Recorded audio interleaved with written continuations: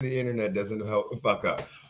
Welcome to the Vegas Benchwarmer podcast. As you guys know, my name is Eric. He hate me 702, and this as always is Jeremy with a G. And today we got a special podcast. You know, there's been a lot of NFL news, a lot of NFL free agency news, and we're going to get into all of it. Trigger warning. If you're a Browns fan and you want to leave the Browns fan base, you're not going to like what I have to say because you're bitch made. Another trigger warning. Deshaun Watson, my view on Deshaun Watson is not the same on a lot of people. I'm all for Deshaun Watson. I'm rooting for him, and I might trigger you. So just to let you know, when I talk about Deshaun Watson, you may want to mute it if you get triggered very easily. Jeremy, where are you at? I'm in Irvine, California. Why? For a flag football tournament. Oh, that's right. And who are we going to see? It's the Apex Predators. They're 8U now. Oh, okay. Okay, how many games? The same team that I've been covering for the last 2 years now. How many games? Well, they got four games today. Today's pool play. Tomorrow's championship Sunday. Okay, and then when are you coming back? Sunday night or Monday? Sunday after the games. I work Monday.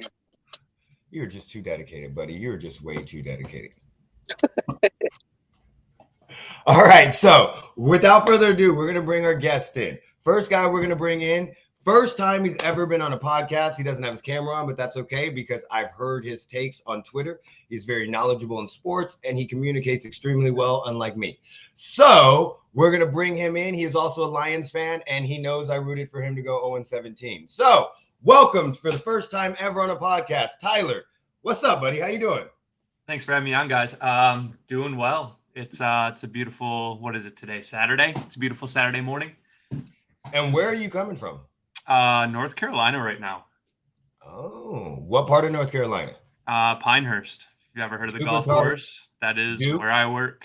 Pinehurst. Is it snowing over there? Nah. Are you living in a Duke area or a Tar Heel area? They're the same area. Those campuses are right next to each other. So I'm in war out here. Everybody goes crazy over each other, especially after that game where UNC beat Duke. That's exactly what I was thinking. Exactly what I was thinking. Next guy we got coming up. Let me just share my screen. He's been on before, so we're gonna go ahead and share screen. We're gonna go ahead and shout him out. This is his podcast right here, the Real Guy Talk Pod. Newest video, 6 months ago. They're mainly on Twitter now, I think. But yeah, they're mainly on Twitter. This is Luis. This is the rest of his guys. Make sure you guys go and follow him on Twitter and also give him a massive warm welcome. Luis, welcome back, buddy. How are you doing? Doing good, feeling good. Yes, you are right. We are mainly on Twitter right now, trying to clean some things up, really figure out what audience we're trying to signal to and appeal to, make sure we have all of our right things. As you saw in that video, we used to have a whole bunch of guys. So, it was a really big cast. We're sort of minimizing over the last few months and just really trying to, break things down, get down to the nitty gritty, figure out what we actually want to talk about. So we're not on screen rambling for over 2 hours. That sounds like what we do a lot of times. So I feel you on that one. All right, next guy we got, he's been on our stream multiple times. He runs the D Drippy Network. They do just Drippy different. Great guy. We followed him after all the drama that we got ourselves into with him, and we do not regret it whatsoever. We're gonna go ahead and bring in JD. What's up, buddy? How you doing? Welcome again. Oh, you caught me in a bad block. Oh, God. Bro, I'm good. Like, oh, shit. Oh, my bad, bro. I'm good. What's poppin'? What's poppin'? We don't even care. What's poppin'? And as always, in the comments, we got Sam Dunn from Dudes on the Couch. He would love to be here to talk about his Falcons, but he is at work in cold Darbury, Connecticut. It don't get too much worse than that, but I like you. It does not. All right. So we're going to talk about teams first. We're going to go with our individual teams, how we like them, what we think their moves are. You could talk about the division around them, or if you thought they caught up, because if you're in the AFC West, we're fucked. So it's a cheat code right now. We're going to start with first timer Tyler. So Tyler, go ahead and talk about your Lions. Did they make any moves? So they signed DJ Shark. They brought him in on a 1-year deal. They like what he has to offer. And Shark, when he was deciding between his teams, he saw that the Lions had pretty much the same record as the Jags. But ultimately, he decided to go with the Lions because he liked what Goff brought to the table and he liked the culture that they're bringing into Detroit. So that was probably our biggest splash in terms of a signing. We got ourselves a receiver. He's going to be your typical Z receiver. He's not going to play on the line of scrimmage. So we're still looking for that big body guy, maybe move him on Ra into the slot. But other than that, we re-signed Tracy Walker. Pretty good safety. Doesn't really miss his tackles. Not a very good coverage guy. So we're hoping to pick one up in the draft, either that be Hamilton or Sign. And then we released Trey Flowers. That's a pretty big release for us. He only had 1 sack last year. Not very productive with us. So we cleared up $10.5 million cap space with that move. So ultimately, we stayed the same, but our division kind of fell back. Obviously, Devontae Adams got sent out to the Raiders. Khalil Mack, he got sent out to the Chargers. So in terms of division-wise, we didn't really make any moves, but we still managed to come ahead just by not losing some of our talent for the first time in who knows how long. I told y'all he was good. I fucking told y'all. I told y'all he was good. By the way, I've never in my life heard anybody say they like what Jared Goff brings to the table. Just say, never in my life have I ever heard Jared Goff get that type of praise. Anybody want to respond? What do you guys think about the Lions? How do you like the Lions? Like the DJ signing? I love the coach. The coach is dope. That dude cries. He really loves the team. Can we be honest? I want them to win solely because their coach cares the fuck about them. I'm gonna be honest. There's so many coaches out here who just looking to get rid of guys. He really cares. He cries. He's emotional. He's like the Ed Orgeron of NFL football. You can't hate that guy. You can't. You gotta love him. So I hope the Lions get better. DJ Shark should help. I just want to see some kneecap biting this season. The famous line right there. That really is. I do agree with you on the coaching. I love the coach, and I think that's why a lot of people root for the Lions. But I absolutely fucking hate Jared Goff. I've said since he was drafted, I had a nickname for him, Jared Goff. Until I started the podcast, I only called him Goff. I have said since he was on Hard Knocks, the dude is horrible. He can't figure out a cover 2. He's absolutely pathetically bad. But I do like the Lions now. I'm rooting for them unless they start off like 0-4. Then we got to go back to the 0-17. Somebody's got to go 0-17. No disrespect to you, but if y'all start off shitty, I'm all in on the 0-17. Jeremy, what do you got to say? About what? I just want to see kneecap biting. That's all. I just want to see the Lions fight. Fuck. I think Jeremy, you owe Sam a video on the 26th. Oh, yeah. Tyler dropping knowledge bombs, and I love Dan Campbell as a coach. Tyler sounds like a coach, just to let y'all know that. I'm just saying, the way he broke that down, he kind of sounds like a coach, in my opinion. Luis, Patriots, let's go. What do you got to say? What did I tell you months ago when I came on this show, and just before we went on the air? It is a heartbreak. Not only did we basically not get any better, we lost our best defensive player. We've traded and lost offensive linemen. We made a trade for a linebacker that I don't think anyone cares for, Mac Wilson from the Browns. We traded Chase Winovich. Don't think that even mattered. And then we lost our offensive coordinator, our offensive mastermind, the guy that was supposed to help keep Mac on track and help build him, is now gone. And our bright idea is to we're going to do what we did, I think, back in 2012 when we first lost him, which was not going to run an offensive coordinator. We're going to call plays as a group, and we were 12-4. We don't have Tom Brady this time, and we don't have any weapons like that. So I don't see where we're going. Buffalo beat the brakes off of us in the playoff, which makes my heart hurt even more, considering we destroyed them in that Blizzard game that we had actually talked about. The division isn't that much scarier, but the more I look at it, it just looks like it's going to be Tennessee, Buffalo, and then whoever the hell makes it out of the dogfight of the West and the North, because I really don't see anyone else making it. It looks just two teams and then a free-for-all between two divisions. I don't know what the hell we're going to do at all. I really – are we going to get Julio and hope he can play 8 games? What about OBJ? And pray he plays 7 games? Call for Robert Woods? Jamison Williams, try to draft him who's coming off of injury. Like, our last resort options are a lot of guys that have been literally just coming off of injury. Any thoughts on that? Who wants to jump in on what he said? What do y'all think? I love to see the Patriots struggling. We all do. Bro, I literally told my coach, I was like, bro, it was such a good, like, 1 year little bounce back. Like, we had a down year, and then last year we got to put our pants on and talk shit to everybody. And now we're sort of in the back of the line again. Like, we're just going right back there. That's right. Take your ass to the back. So what about Drake? Go ahead.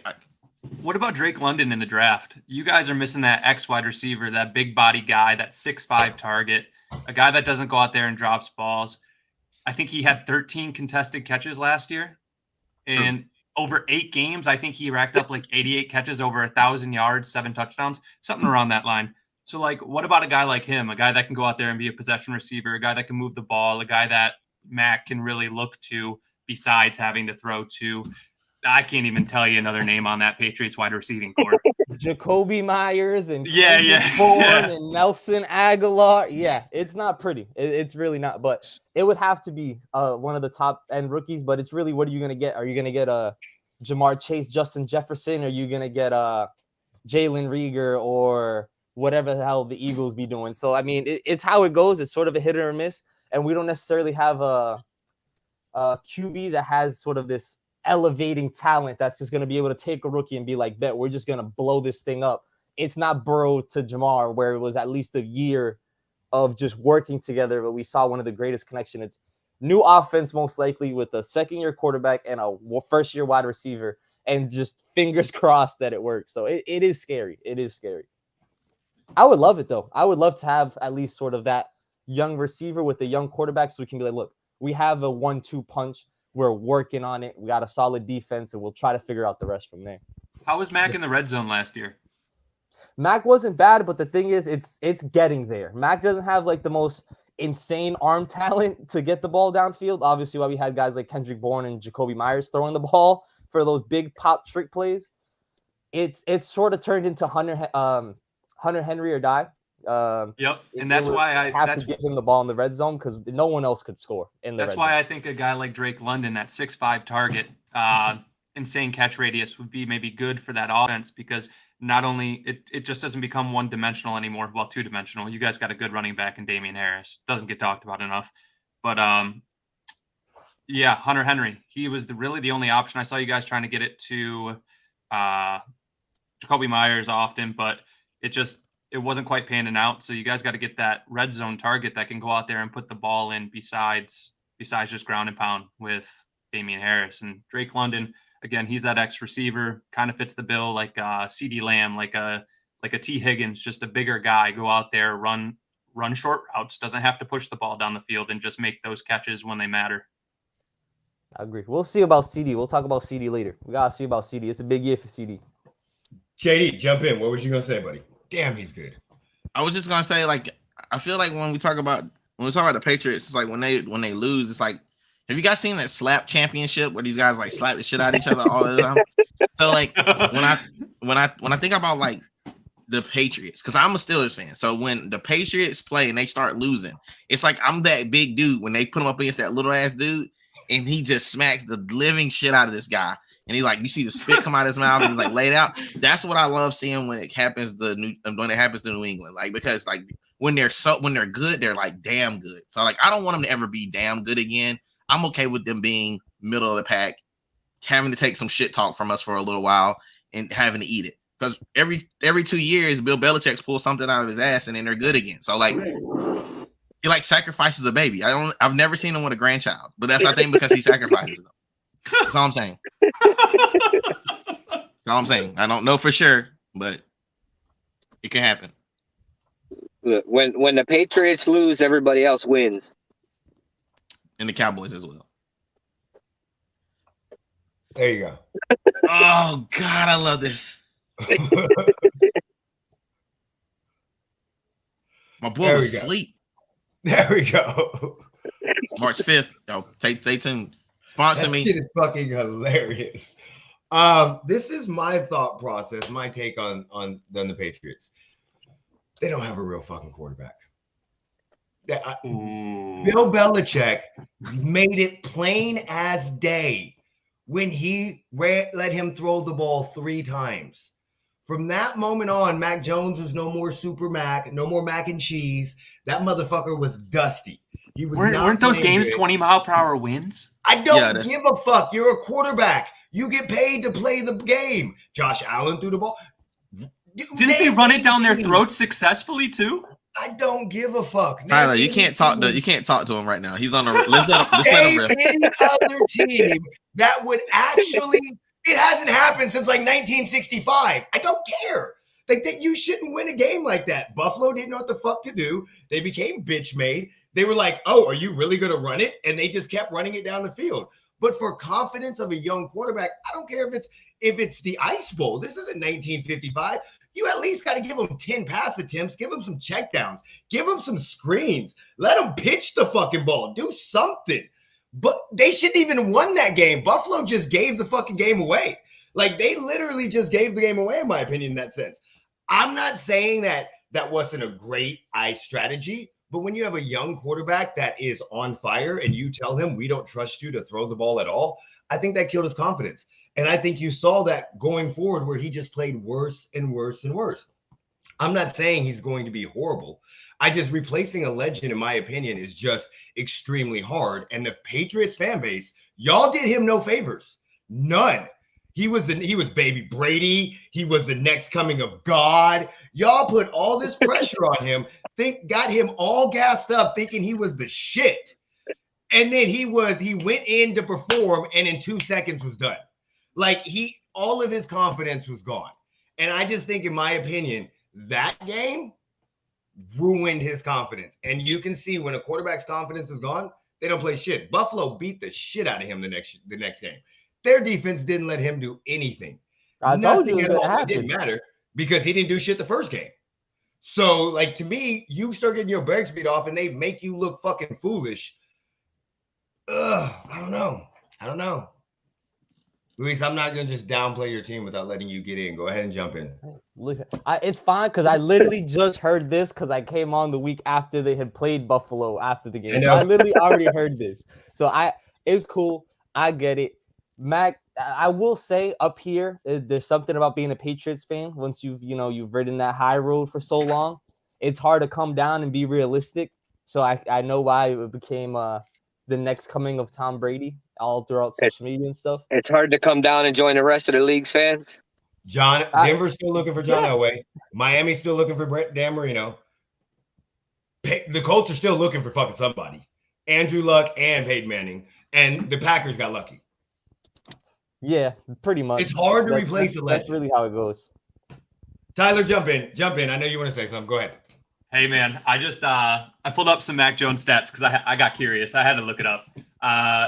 Dude, he threw for 3,800 yards as a rookie. Not bad. 67% pass completion. That's among league best. Like, that's what you're looking for a QB to do. He had a 92 overall passer rating. After that Buffalo game, he threw for 2 touchdowns and 2 picks against the Colts for 300 yards. So, like, 2 picks, yeah, not good there. Needed to clean up the picks. But the Colts have a pretty good defense. Did you see them against the Jags? Yeah, he. Okay, so who? The Colts? Yeah. Yeah, I mean, listen. And the Raiders the week before. That whole team's a train wreck under Frank Reich. You can't convince me otherwise. He doesn't understand how to run Jonathan Taylor as much as he should. I agree, but I'm just saying, using the Colts 300 yards against the Colts as a stat measuring, we just talk shit about them. We just tore them down. Yeah. So, point being, as a rookie, he had good completion percentage. He had a fair amount of yards, 3,900. That's nothing to scoff at as a rookie. Played every game. as a rookie and still came out with 22 touchdowns, 13 picks. I mean, that's not that bad. It's not that good. It's not like he's going to be Brady, but could he be top 10 over the next 5 years? Not saying there's no possibility. He's playing for Bill Belichick, one of the best coaches that has ever coached the game of football, if not the best. Who knows? He seems like he's a fit there. He stays quiet. He's that dopey dude that just seems like he follows what Bill tells him to do. So until we don't believe in Bill, I don't know we can't believe in him. For sure. Respect it. I just feel like Okay, I can't argue that. Jimmy I G. can't fucking argue that at all. Jeremy, did you want to say anything? No, just want the Patriots to lose. Come join the rest of us. Come join the rest of us. Boy, G. Mac Jones got paid to hand it off. Get some bad years under your belt, and then we'll talk. All right. Next, we're going on to the Steelers. So I'm gonna preface this by saying my watch just told me to take mindfulness time to think about things. The Apple Watch is so intuitive. It knows that I'm about to raise my blood pressure extremely high. I'm gonna now check my blood pressure, guys. I just want to make sure you guys know I'm about to get super tight. So as of yesterday at 2 p.m., I decided to take my talents elsewhere.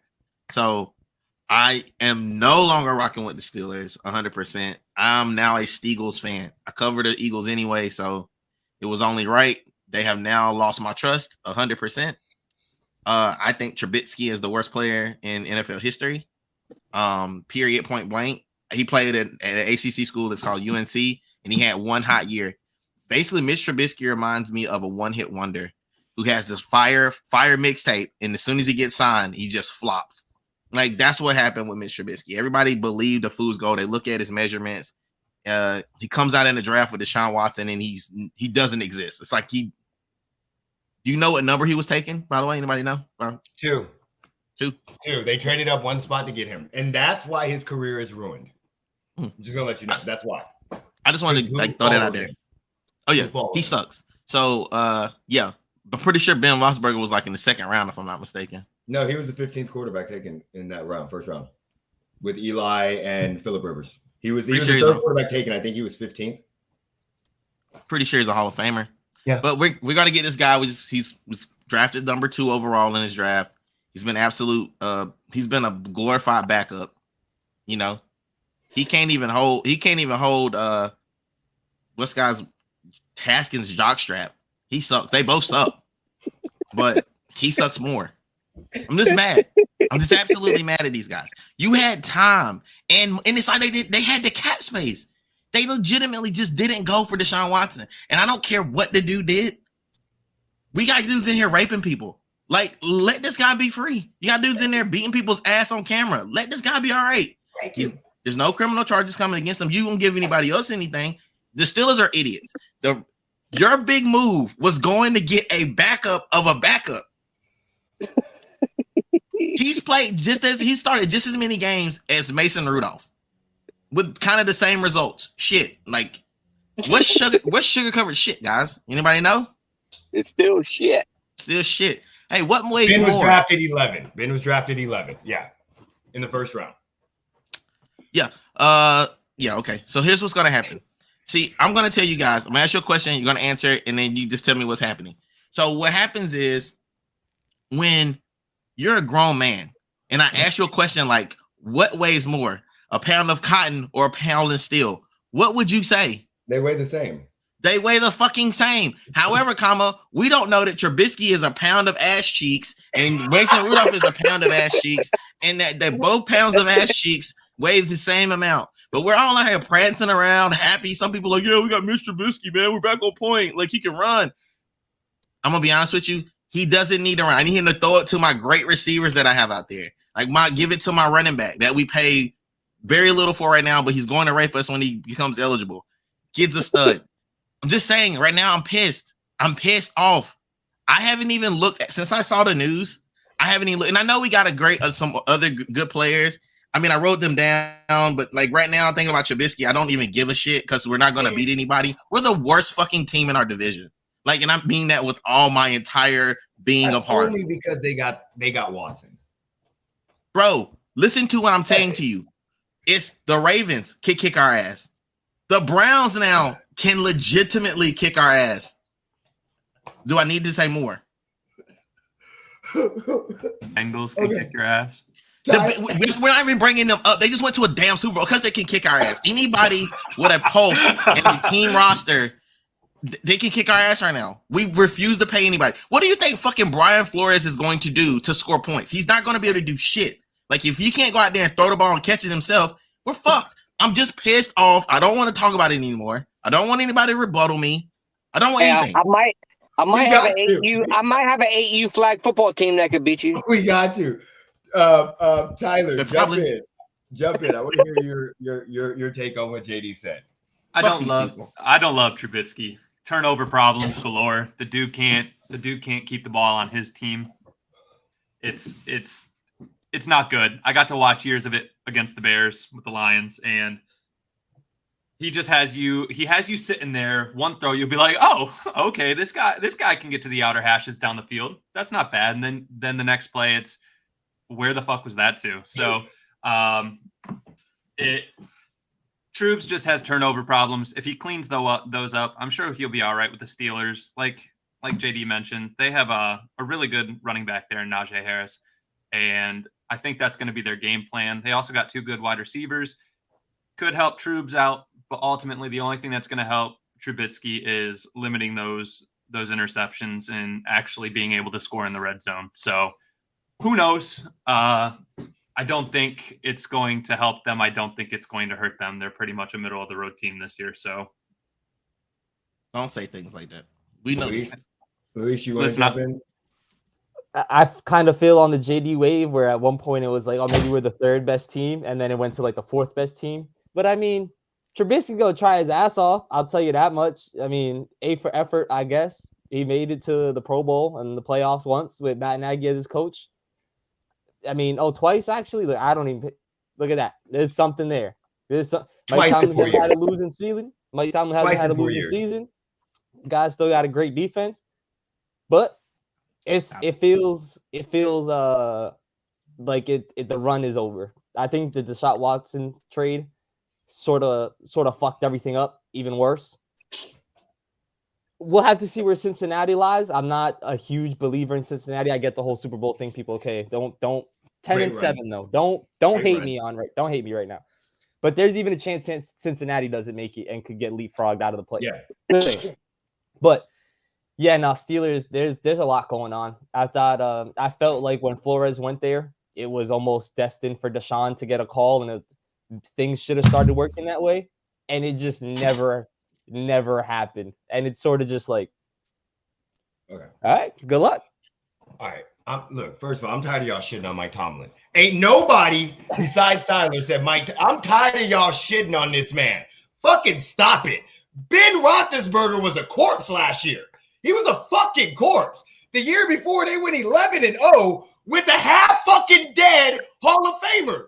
Like, and y'all just gonna sit up here and tell me ain't nobody mentioning how great of a coach Mike Tomlin is.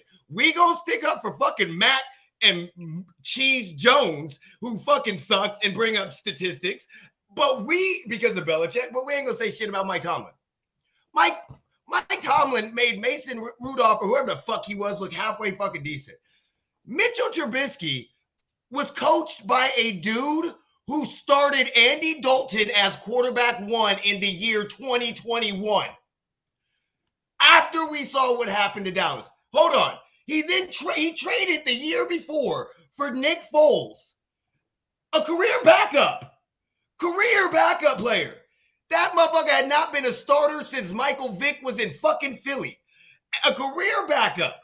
Traded for him and decided, we saw what he did in Jacksonville. He couldn't do shit. A 3rd-round draft pick, Gardner Minshew, became fucking amazing. And all of a sudden, he starts talking. And stop it. He was 6-3 the year before he left. The year they did not bring him, he was 6-3. He went to the playoffs. Yes, you're 100% right. They looked horrible against the Saints with the Saints defense that made Tom Brady look like shit as well. And a corpse of Drew Brees. But they were a field goal kick missed away from beating Dallas in the playoffs as soon as they got Khalil Mack. When we talk That was about Philly. stats, That was Philly. when you talk about stats, 24-12 his second year, 17-10. His interception ratio was not good, 3,100 yards, but he led the team to the playoffs. The Bears were not in the playoffs beforehand. For 10 years, they fucking sucked after Rex Grossman and Kyle Orton. We saw what the fuck they were last year. And we're not even going to say Matt Nagy is a fucking horrible head coach. Horrible. He was going to kill Justin Fields last year. You have a guy that has led a team to the playoffs, that had success despite a horrible fucking head coach that set back last year under a very good organization as a backup to Josh Allen, didn't play much at all, but could have learned, and is going into one of the most stable organizations in the NFL. And please tell me the last time they've really had a quarterback that is fucking shit under Mike Tomlin. Go ahead. I'll wait. Ben There's only been Roethlisberger's one. half-dead corpse last year. You just said it. Mason Rudolph won you guys some games. I'm not saying they're horrible, but they were still in the playoff hunt. Like, let's be real. Mike Tomlin is a great coach, an amazing coach, and we're not even giving him a chance because we go, oh, Mitchell Trubisky sucks. You're right. He's not great. He's an average quarterback. He has some errant throws, but he's still young. He's only in his 5th year in the league. He's an average quarterback that got drafted to a shitty franchise that literally got nothing but shit talked about him because he was drafted before Mahomes and Watson. You're talking shit right now, but it could be worse. You could have Jared Goff. You could have just traded for Russell fucking Wilson. It could be a lot worse. You got a high reward, low risk option. It's better than any of the quarterbacks you had in the room. And let's see what Mike Tomlin does with him. He has been to the playoffs twice. Chlamydia or gonorrhea? And a horrible head coach. Just saying. Chlamydia or gonorrhea? Fucking hate you right now.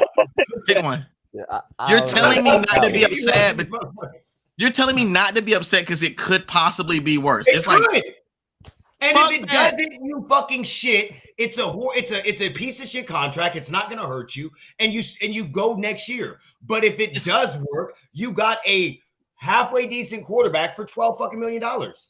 Guess what? I want to do this for you because I know you're a Kansas City fan, so I want to let you show your fandom a little bit on this.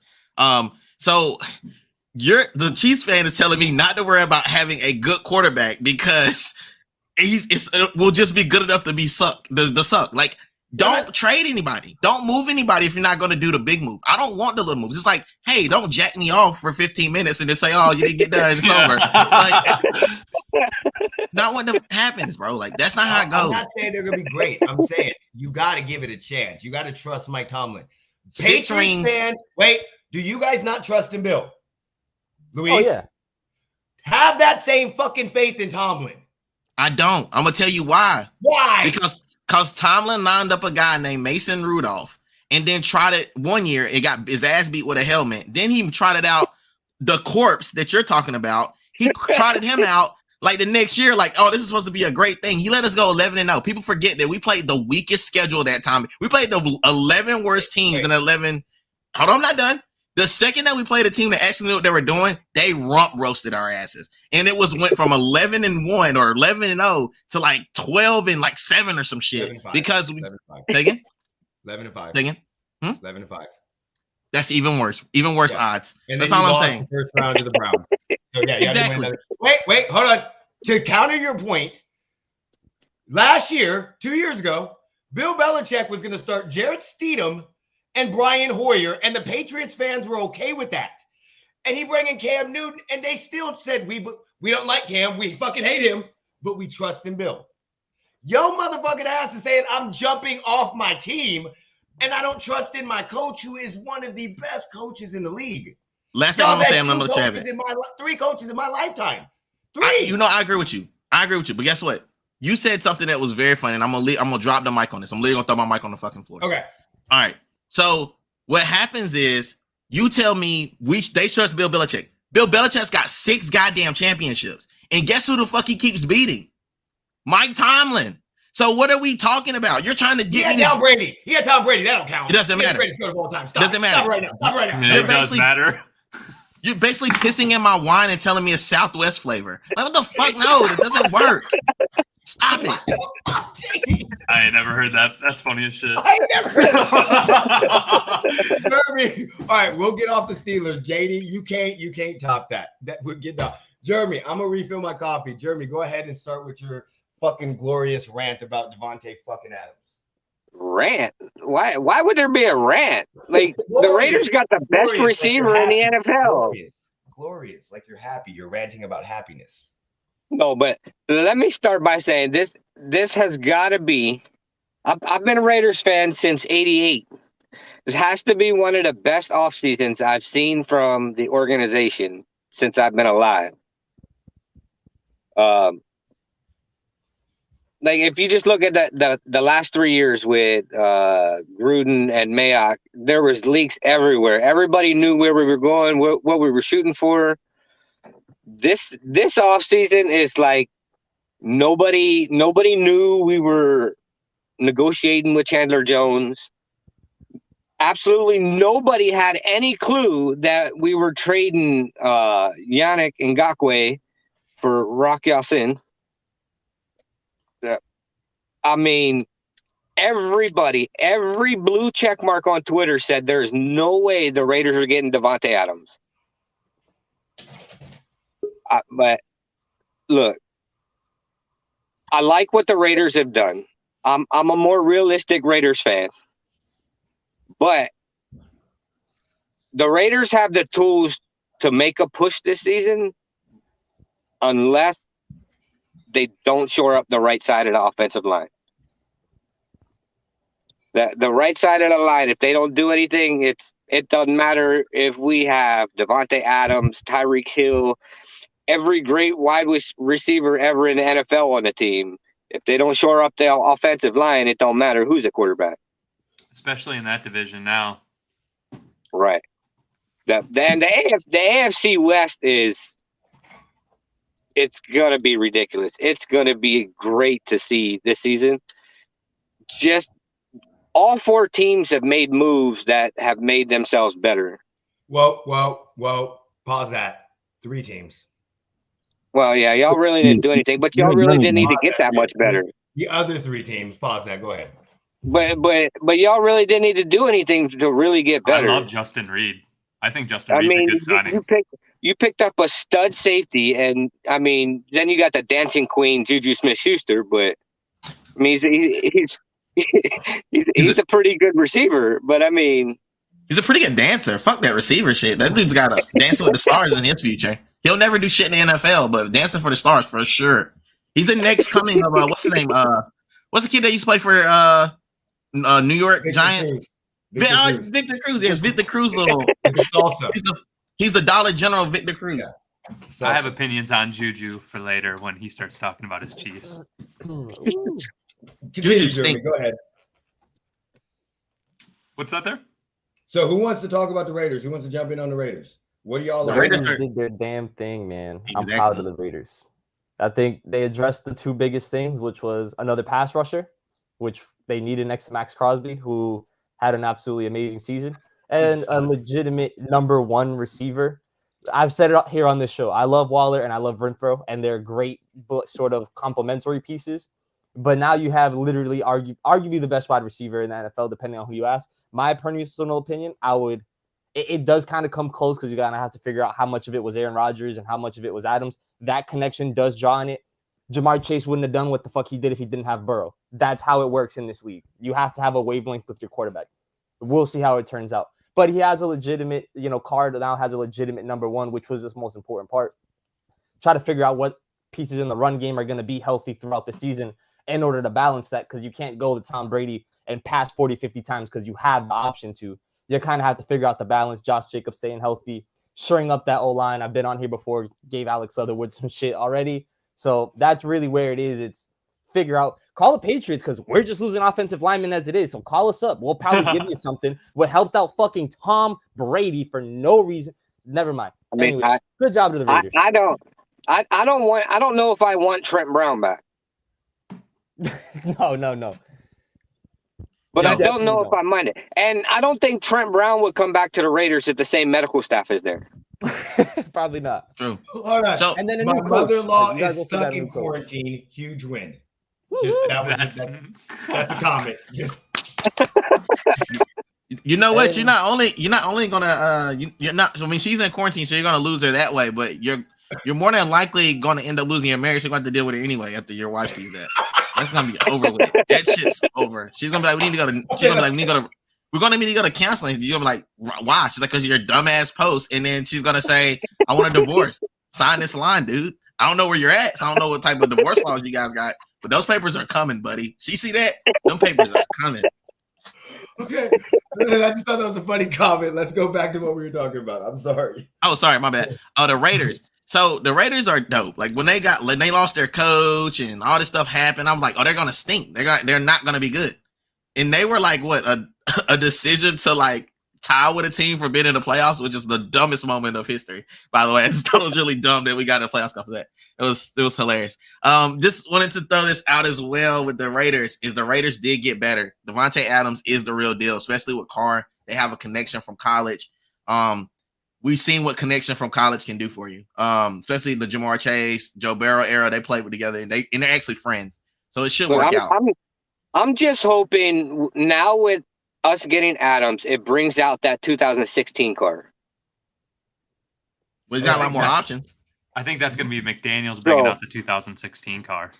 Yep. So we got to do. Carr has to improve. No matter, it doesn't matter what we give him. He has to improve. Hey, he had a hell of a first half of the season last year, didn't he? Yeah, but I mean, he went through a lot of shit too last year. 100%. Yeah, and the injuries. My only drawback to the Raiders, I like the, of course, I like the Devontae Adams trade. I mean, who the fuck doesn't? The Chandler Jones signing, I'm not saying Jeremy would know more about this than me, but Yannick Ngakoue, whatever the fuck his name is, he had 10 sacks last year. So he played very fucking good. He played extremely, extremely well. Granted, he wanted to dance on the Chiefs logo, but still, he played extremely, extremely well. So, I mean, did you say dancing on logos? Yeah, he was the one that he was before we whooped their ass in the second game. Yeah, It's weird. It's weird that you remember that, but Jackson Mahomes is out here dancing on memorial sites and fuck stuff. Jackson Mahomes. Have you ever heard? I've never look. I'm gonna get on that shit. You haven't even let me go yet. Fuck Jackson Mahomes, fucking bitch made ass. So no. I mean, I liked it, but my biggest drawback, Josh McDaniels. I'm not sold. I've never been sold on him. I'm Brady. We've already said Belichick's the greatest coach of all time, and Brady's the greatest quarterback of all time. So we have two GOATs, and we have this motherfucker stuck in the middle. It's very hard to look bad when you're there. I do remember him at Denver, and everybody's like, "Oh, he grew up now." I'm not saying that he's going to be horrible. I'm just saying, as of right now, I'm not 100% sold on him. I'm not. I've seen him with Cam Newton. I saw him with Mac Jones. Neither one of his offenses were impressive to me. The only one that was impressive to me was Brady. We saw him when he decided to get, was it Brandon Weeden that he drafted? And Demaryius Thomas in the draft? Brandon Weeden, no, that was the fucking Browns, I think, that drafted him. He drafted Tim Tebow, whatever the fuck he drafted. But we saw him with the Broncos. Outside of the time he beat the Patriots, his offense wasn't very good looking. So maybe he's got better. Well, I mean, I can tell you this. With the Adams trade, so the Raiders have fucked up the first round draft pick since 2015. I mean, technically, always have fucked up the first round pick. 2020 wasn't your fault. Henry Ruggs was no, it wasn't, but still, it was still Mayock and Gruden. Yeah. But so McDaniels can't fuck up the first round pick. We don't have a pick till day 3. Yeah. We're hosting the draft and we're showing up fashionably late. That's I love everything. I'm just question mark on McDaniels. The only thing I didn't like about the offseason so far is I wish they would have shipped off Cleveland Ferrell and some other bad defensive players instead of Ngakoue. That would be not necessarily bad defensive players, but I wish they would have kept Ngakoue And then you have the three-headed monster of Chandler, Jones, and Ngakwe and Crosby. Yeah, I agree. But yeah, I think I love every move. I agree with him. I wish I had kept Ngakwe. Well, I don't give a fuck. I'm glad they let him go. But I don't want three-headed monster coming at fucking Patrick Mahomes. You already got to deal with the fucking Chargers. Y'all got to deal with, and we got to deal with a little. Go ahead. It's now a bad time to say my second team's the Chargers. Growing up a Lions fan, I had to pick a second team, and I idolized Phillip Rivers and LT back in the day. So, you AFC West boys, I'm a Chargers fan as well. I went to San Diego Stadium multiple times. Chargers fans are always extremely nice. I have no issues with them. They are. I mean, they do. Well, I mean, there is only like 4 of them, so Yeah. That is true. That is true. I think, yeah. So, Chiefs. Okay. Justin Reed. Yeah, it's cool. I'm not really. It's a what? I don't care. Have you watched him play ball? I liked Honey Badger. I love Honey Badger. Oh yeah. That's the heart of the defense. Reed's gonna get you picks too, though. Don't worry. Yeah, but see, the problem, like, that was just the heart. So, like, getting Reed, it's nice, but it's kind of like sweet sorrow because I would love to see Honey Badger in a Chiefs uniform again. Juju.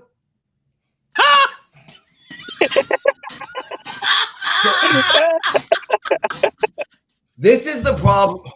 I would have loved Javaris Landry. I love the signing. I don't mind the signing. I would have loved Javaris Landry. From a lineup on the field, X's and O's, I think it is very, very good. I think he fits extremely, extremely well.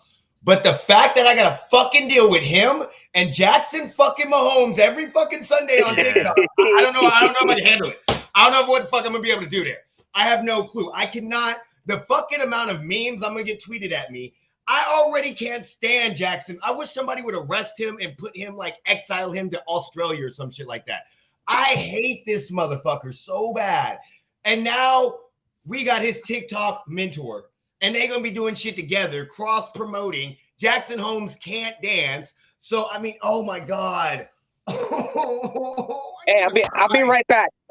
But outside of that, I dislike the Brian Pringle release. I know he was not released, but I know he was going to be gone. I just like saying once you pop, you can't stop because he's a Pringle. So, and then I like the Josh Gordon signing. But we're really not doing much. We're making little moves. We got to get under the cap. So, I mean, even at 51 rosters, when we get to our 51, we still have some moves to make because I think we're like 15 million over the cap now or 20 million over the cap. So we don't have many moves to make. I'm just surprised that all of the whole entire division is making all these moves to come get us. I mean, y'all making all these moves to still be second fucking place.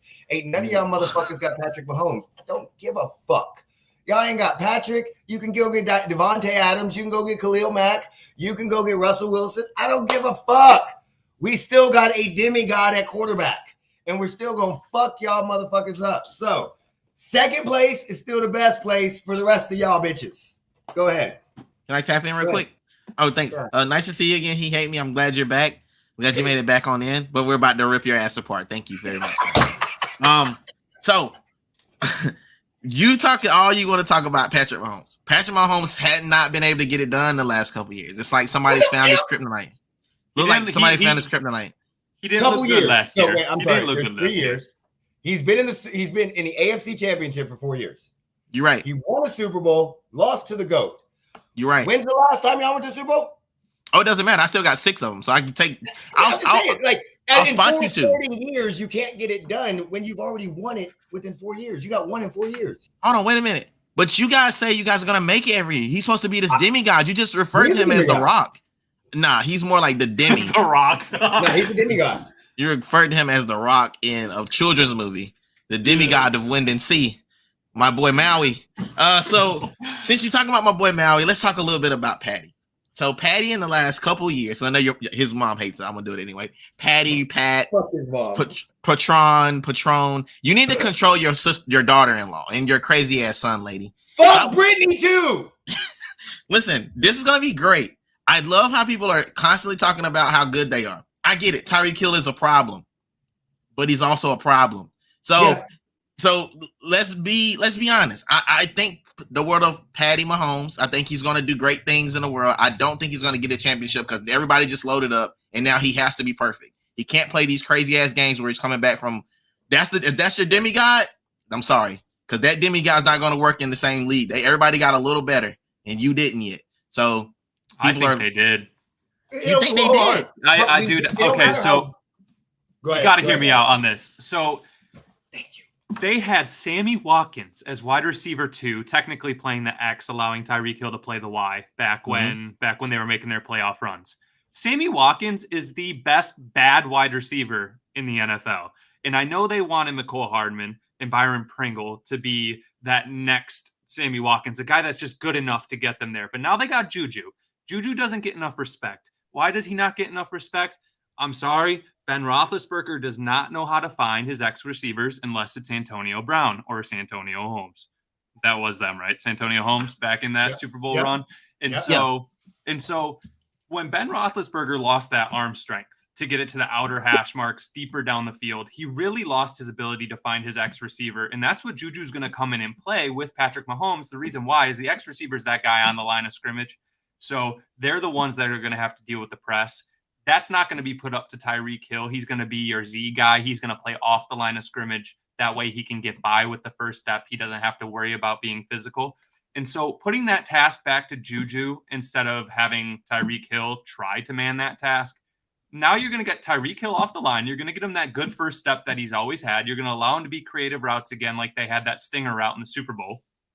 And then you're going to have Juju actually have the ability to make receptions this year because he's got a competent quarterback throwing to him again. No offense to Ben Roethlisberger, great player just the past few years, wasn't it?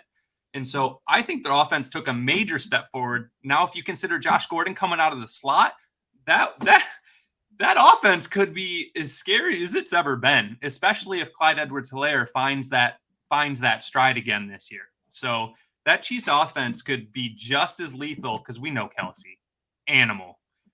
Their offense could be just as scary. The question mark is going to be the defense for them again. All right, can I say this real quick? Before you jump in, hold on. You said everybody got good, and we didn't.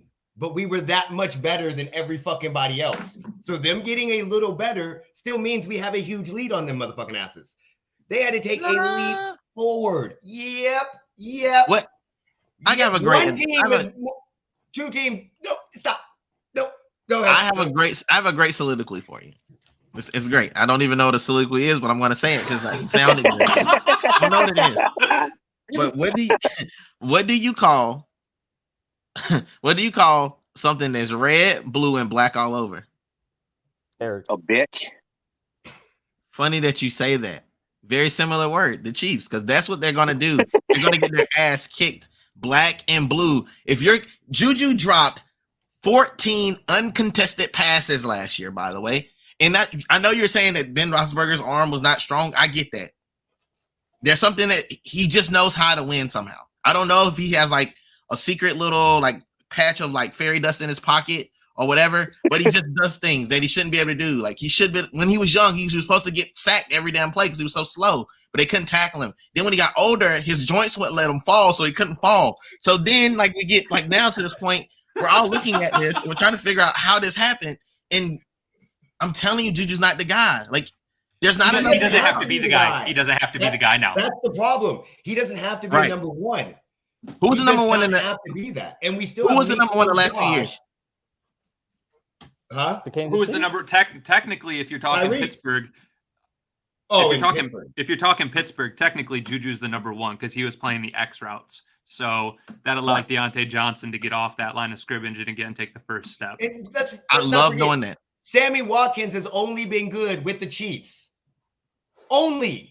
Yeah. And he was like a number 3. And he wasn't good. Again, best bad receiver. He sucked with the Rams. He sucked with the Bills. He was injured all the fucking time with the Chiefs. But when that motherfucker was there, he made catches and outran Richard Sherman. We don't need Juju to be your Juju.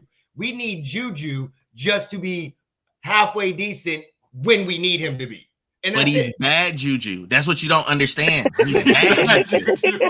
He's not our Juju. He for the streets. He everybody Juju. He's bad Juju. You know what was those little fruits? Juju fruits. Remember Juju fruits? Stop Danny, that. Jujubes.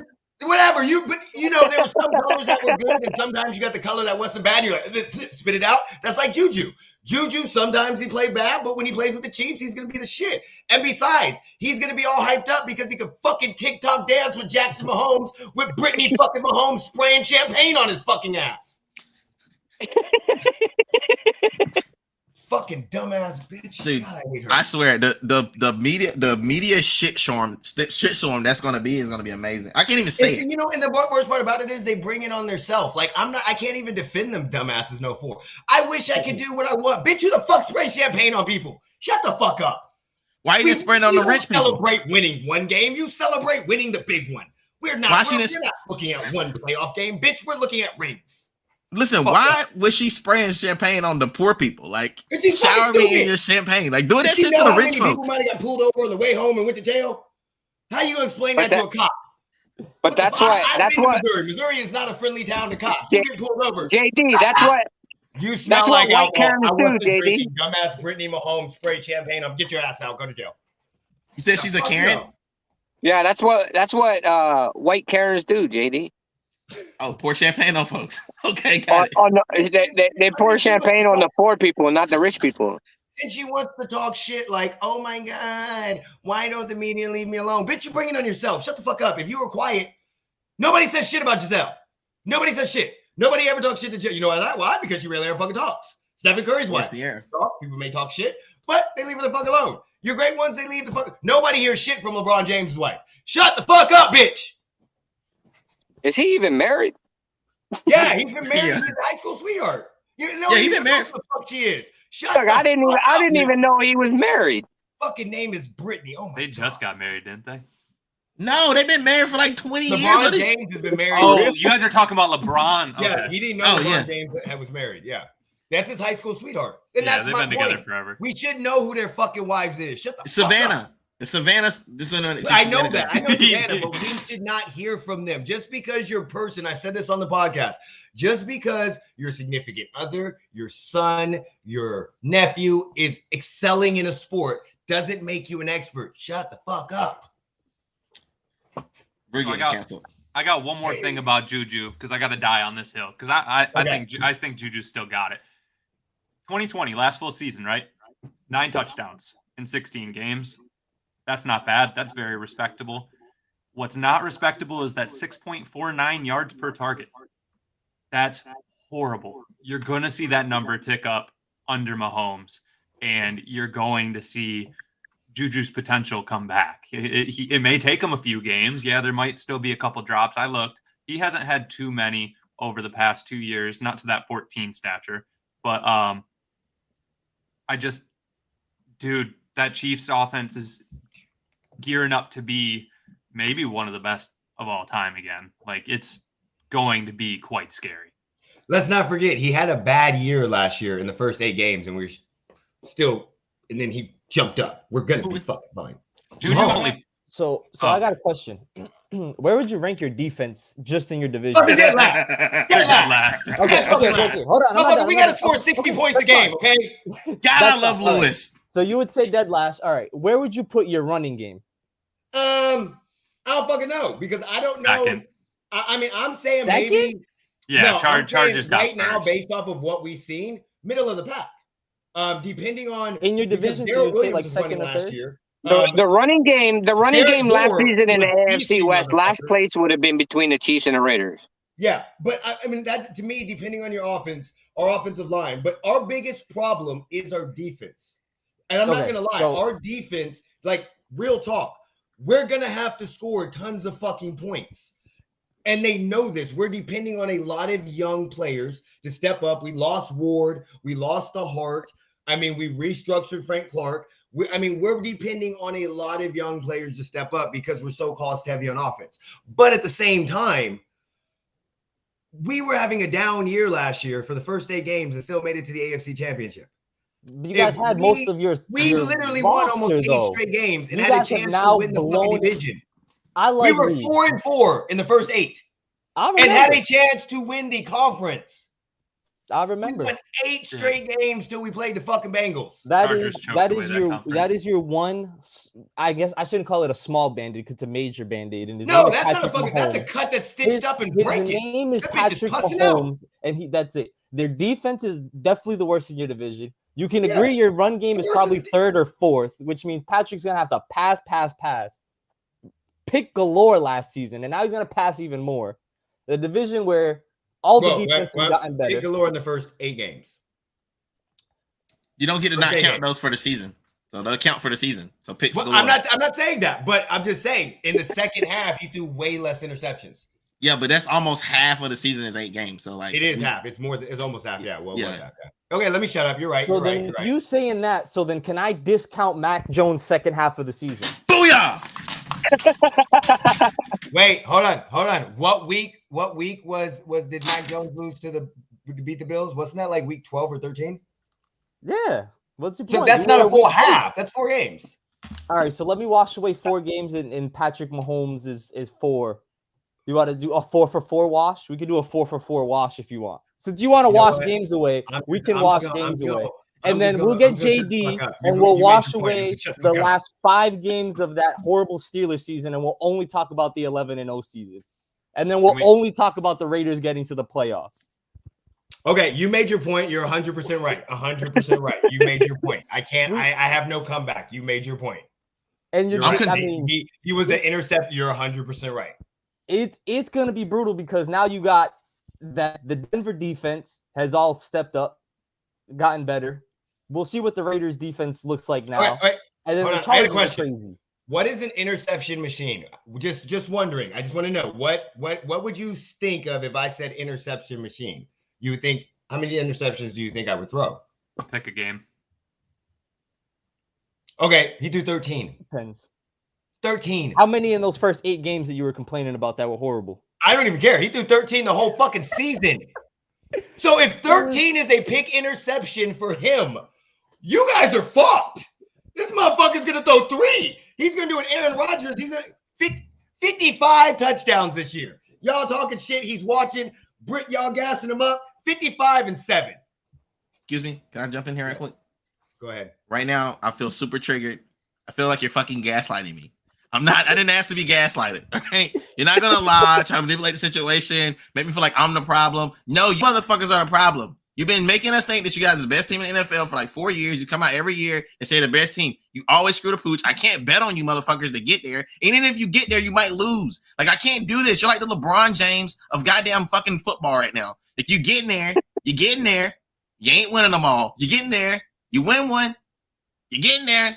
You're losing again. I cannot bet on you for a win to win. Like Jordan, I could bet on him for the entire time. I just knew he was going to fucking win. He is 2-2 in the AFC Championship and 1-1 in the Super Bowl. That's crazy odds. That's when what 50%. The fuck is that not good in 4 years? 50%? Well, 50% is a failing grade on any test I've ever taken. Outside of Brady, name another one. That's got 50% of their championships in the first 4 years. Aaron Rodgers. Russell Wilson, and you Aaron Rodgers set for 3. Russell Wilson, and you have shit on him countlessly on this show. Huh? Fuck, Lewis.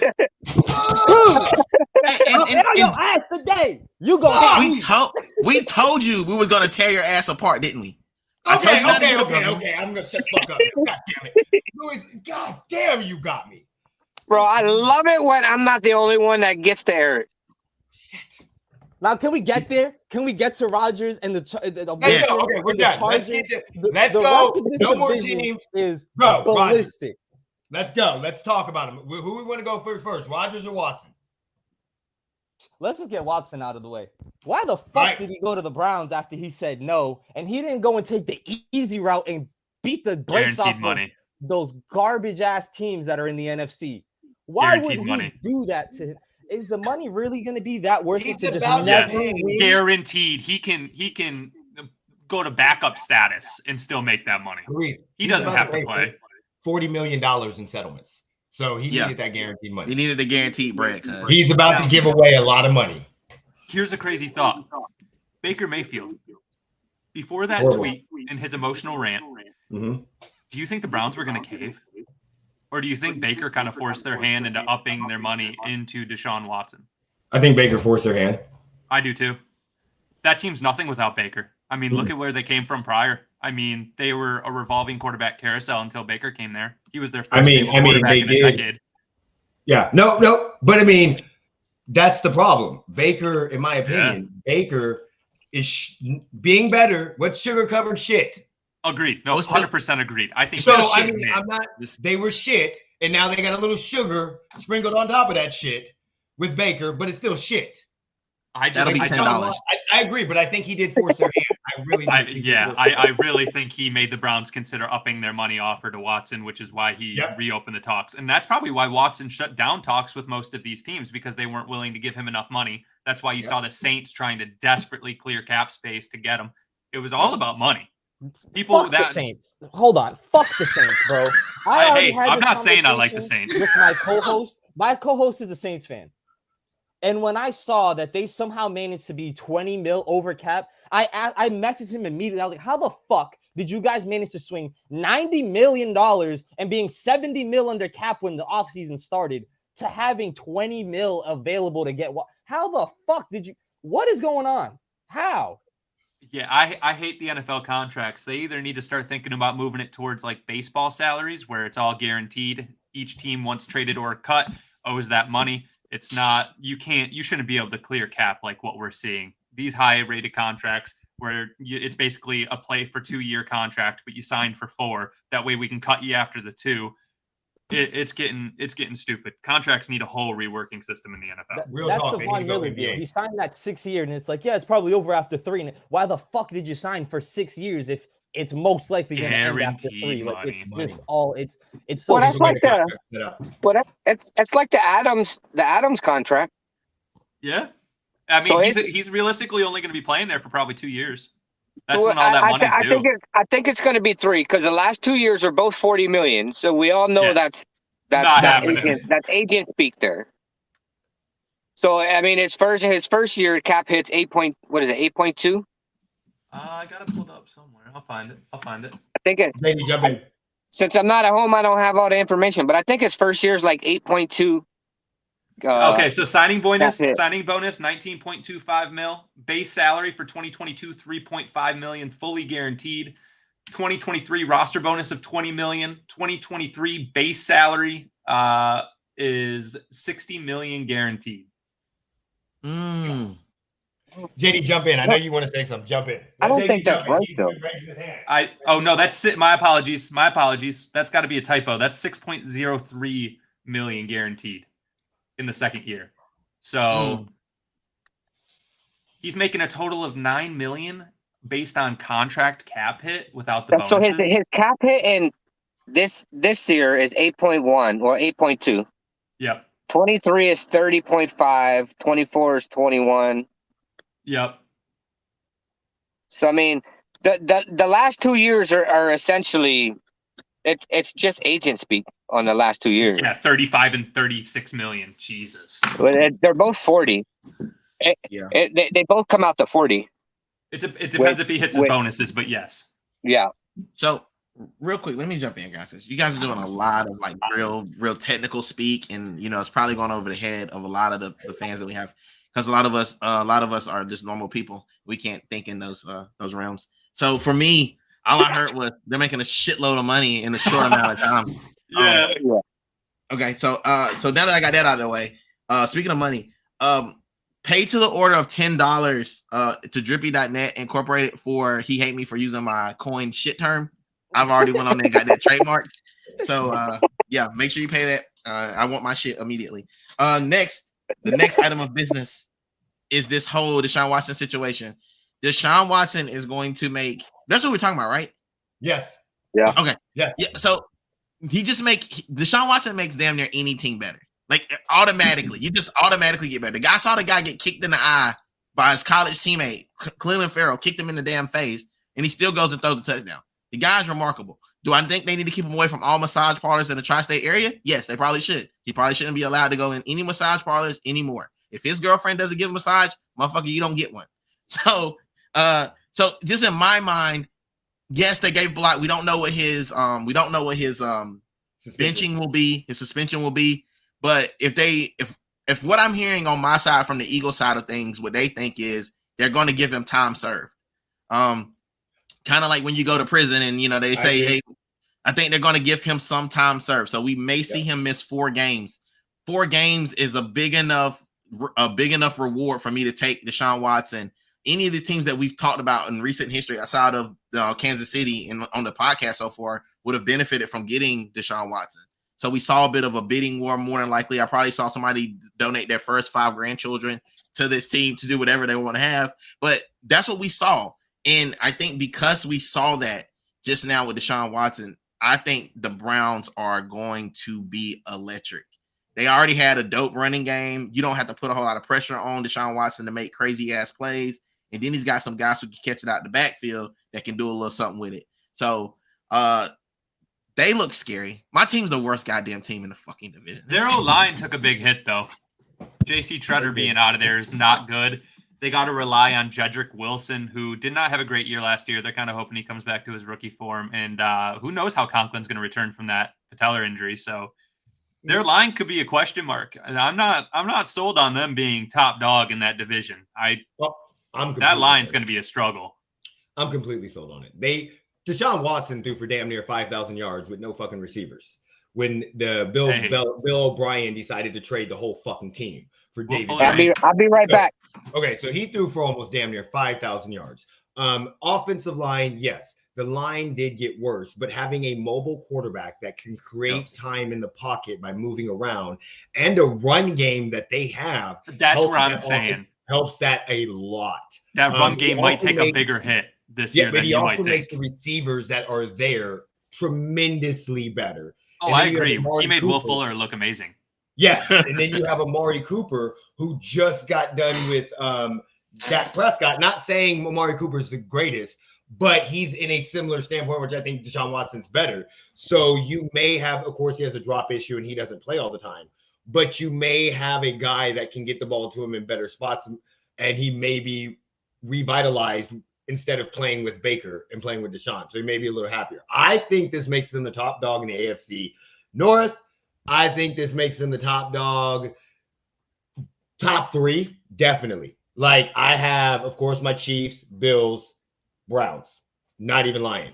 The Browns were literally a quarterback away. If Baker Mayfield was not injured last year and could continue his progression from the year before, they would have been a top dog. So I think by trading for Deshaun Watson, giving up all the picks, which really, honestly, the Browns aren't good at making picks anyway. Yes, they got good with Nick Chubb. But, I mean, giving up all of that, that puts them right in the top 3. I can't think of a 4th team behind them. I mean, realistically, I don't know. The 4-game suspension could happen. I don't know what they're going to suspend him for. I mean, the dude missed a fucking year. I know people keep saying, oh, they gave Ben Roethlisberger 6 games and no evidence. He raped a girl. They gave Ezekiel Elliott 6 games and no evidence. His fucking girlfriend came out and said he beat my fucking ass. They have criminal charges that weren't even filed. He didn't even go to court. He didn't even go to trial. They said, no, there's not enough evidence to even try this. In Texas as a black guy with white girls. Just saying that.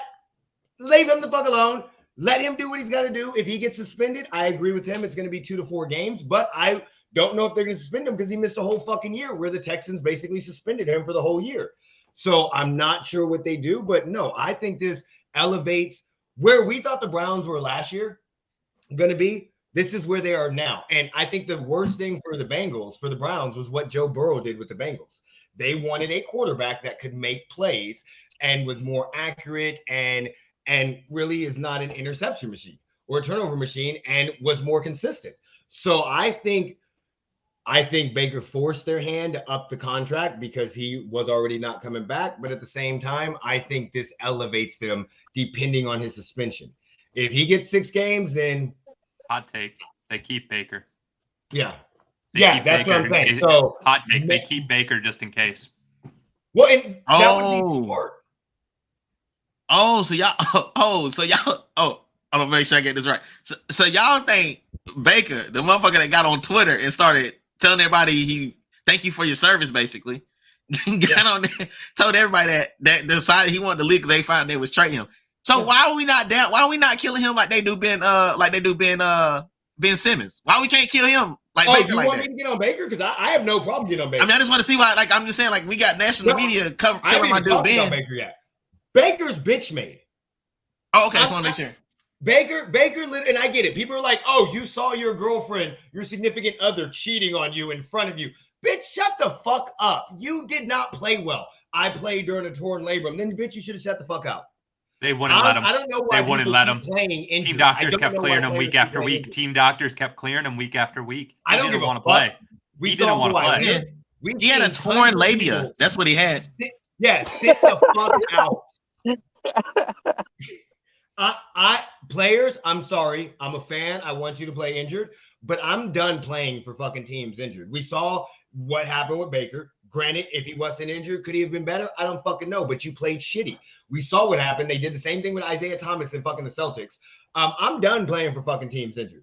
But I said it when he did. It was emotional. He got his panties in a bunch, and now you're requesting a trade. Man, go sit your fucking ass in timeout and shut the fuck up. Good point. On your Browns being third, I have to wait and see about that. I will absolutely put Kansas City and Buffalo above them. I can agree on that.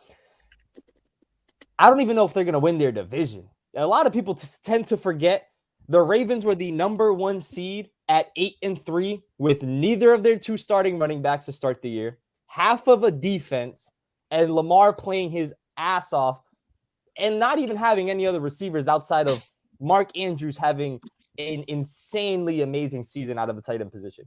Because Hollywood Brown was dropping passes consistently. So I would give the Ravens a slight edge, especially when they come back healthy. How much longer does Lamar have before he starts? That's what I was going to say. That's why I don't have them up there. Because he's a running quarterback that starts to get injured. Ooh, this hurts. I'll have to wait and see. I mean, we got to – what's after Deshaun? If he misses the 6 games, are they going to be – because Baker's not going to play. Are they going to start 0-6? Starting Chase Daniels as the backup with Amari Cooper and Njoku. And I know everybody's in love with Cooper. I know you're not really. Did they win a game? Didn't they win a game with Case Keenum starting last year? Who the hell did they beat? I don't know, but they started a whole. All right then. Did they beat the Steelers? Was it the Steelers? Who did they beat with the JV roster? Was it the Broncos? Don't come. Yeah. Watch your mouth, B. Watch your mouth. Watch your mouth. Watch your mouth. Watch your mouth. I got a long arm. I like what Tyler said. Offensive line lost a couple pieces. There is only Amari Cooper. If you're expecting Njoku and Donovan's Peoples-Jones to be these world beaters on these other corners and safeties, good luck with that. This defense, everything the Browns were doing last year, they tried it. Clowney, and they brought in Hill and John Joe and all these different pieces. That defense last year was overrated, honestly. And it's going to be the exact same shit this year. So you're going to have an overrated defense, an offensive line that's lost pieces, and 1 wide receiver in Amari Cooper. I don't know if you're really expecting Donovan Peoples-Jones and Njoku and whatever else to step up because you've lost everything else offensively. You have 1 guy, and are you going to just say, "Oh, I got Deshaun. I'm gonna forget about my running game. That has literally been the only reason I'm doing what I'm doing." I know everyone's like, "Oh, Baker's there," but Baker doesn't do what he does without Hunt and Chubb at all. Expecting Deshaun. Hey, real quick, let me jump in here real quick, Lewis. I like where you're going with this, though. I like where you're going, but I'm gonna put a little hole in it real quick, though. I like it, but I'm gonna put a hole in it. So you mentioned him only having 1 receiver. There's this weird thing in the NFL now. I don't know if you understand, but like when I was in high school, they used to call it like a spur receiver. And he was just like our running back they would put in like the slot all the time. That's what Kareem Hunt really is. And they never even explored really the Wildcat. Imagine them running like some type of weird ass Wildcat situation with Kareem coming out of the backfield with a run pass option attached with Deshaun Watson, who's arguably one of the better quarterback athletes that there is out here. I saw him get flipped one time. I'm a Clemson fan too, so I have a little bias. But just wanted to throw this out there and keep it going. I don't want to snowball here. But you got that, and you got a guy who has basically played with the who's who of nobodies at receiver in Houston and basically played with a skeleton crew. Outside of Hopkins. outside of Hopkins, but Hopkins really had to get the fuck out of there. He was like, I'm done. And so now we give him like Amari Cooper and we give him some dudes and we give him a really good running game. I know the offensive line could be different, but you can just put some big chunky guys in the front and just tell them to push when you're running the ball like they do. So I'm not really sure like if that, well, I've seen it, but I do know that I've believed in Deshaun since he played at Clemson, and he's been magical, man. The dude's probably, if outside of Patrick Mahomes, he does some of the craziest things like in the play. The only reason why I have them is Baker's an average quarterback to me. Baker's 2020 season, he threw for 3,500 yards, 26 touchdowns, 8 interceptions. That is a fucking average year for Deshaun Watson. If they were 11-5 and world beaters and on this high that people were so hyped up on them with an average season from Deshaun Watson, that was Baker's best. Imagine he threw 4,000 yards with fucking nobody and David Johnson as the running back. Oh, and who the fuck was their head coach? I don't even know. Who they had a fucking, so I don't know. That's my thing. If best year Baker had is Deshaun's average fucking year. And if Deshaun can come in and throw for 4,000 yards, 30 touchdowns, 8 interceptions. AFC South. And they're 11-5 with Baker. He beat up on the AFC Deshaun's South. Easily good for 2 more wins. He beat up on the AFC before South. Tom Brady. No, and that's NFC South. When he was there, you guys remember the last season that he was there that he played? What did JJ Watt say? I'm sorry we wasted one of your years. Because when he played, they were like 4-11. And I understand Deshaun is, we'll say, top 3 talent-wise in the NFL, top 5, wherever. They would have been 0-16 without him. Easily. He's 4 wins. 4 wins better. He won 4 games in that division. And now you're putting him on arguably the second best division in the whole NFL and think it's just going to. Is that the second best? 100%. I'm sorry. In that division, let's stop. Let's rewind that for that 2020, okay? That division was Phillip Rivers with the Colts, Ryan Tannehill and Derrick Henry. The 7th seed, and they got dog walked by Baker. They got dog walked by Baker. Let's not act like they're the fucking AFC East for the last 20 years that fucking Brady was beating up on. They had 2 playoff teams in that fucking division that year. Noodle arm Phillip Rivers, he had a coach that was actively trying to tank the team. All right, so let's not act like Bill O'Brien was not actively trying to fuck over all of Houston at the same time. You had 2 playoff teams in that division.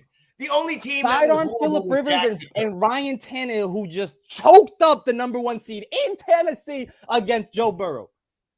Yo, those Bengals don't get enough love. Hold on. Everybody lost to Joe Burrow besides the fucking Rams, so that's not that big of a deal now. He lost to a Super Bowl contender that almost won the Super Bowl. We're talking shit. They went to the Super Bowl and were 3 points away from winning it. They were a sack from Aaron Donald away from winning a Super Bowl with T. Higgins wide open. You can't sit there and act like losing the Bengals that went to the Super Bowl is bad. Joe Burrow got sacked 9 times that game. And they still won. Ryan Tannehill managed to sell that game away. 100%. Ryan Tannehill sold that game. So you're 100% right.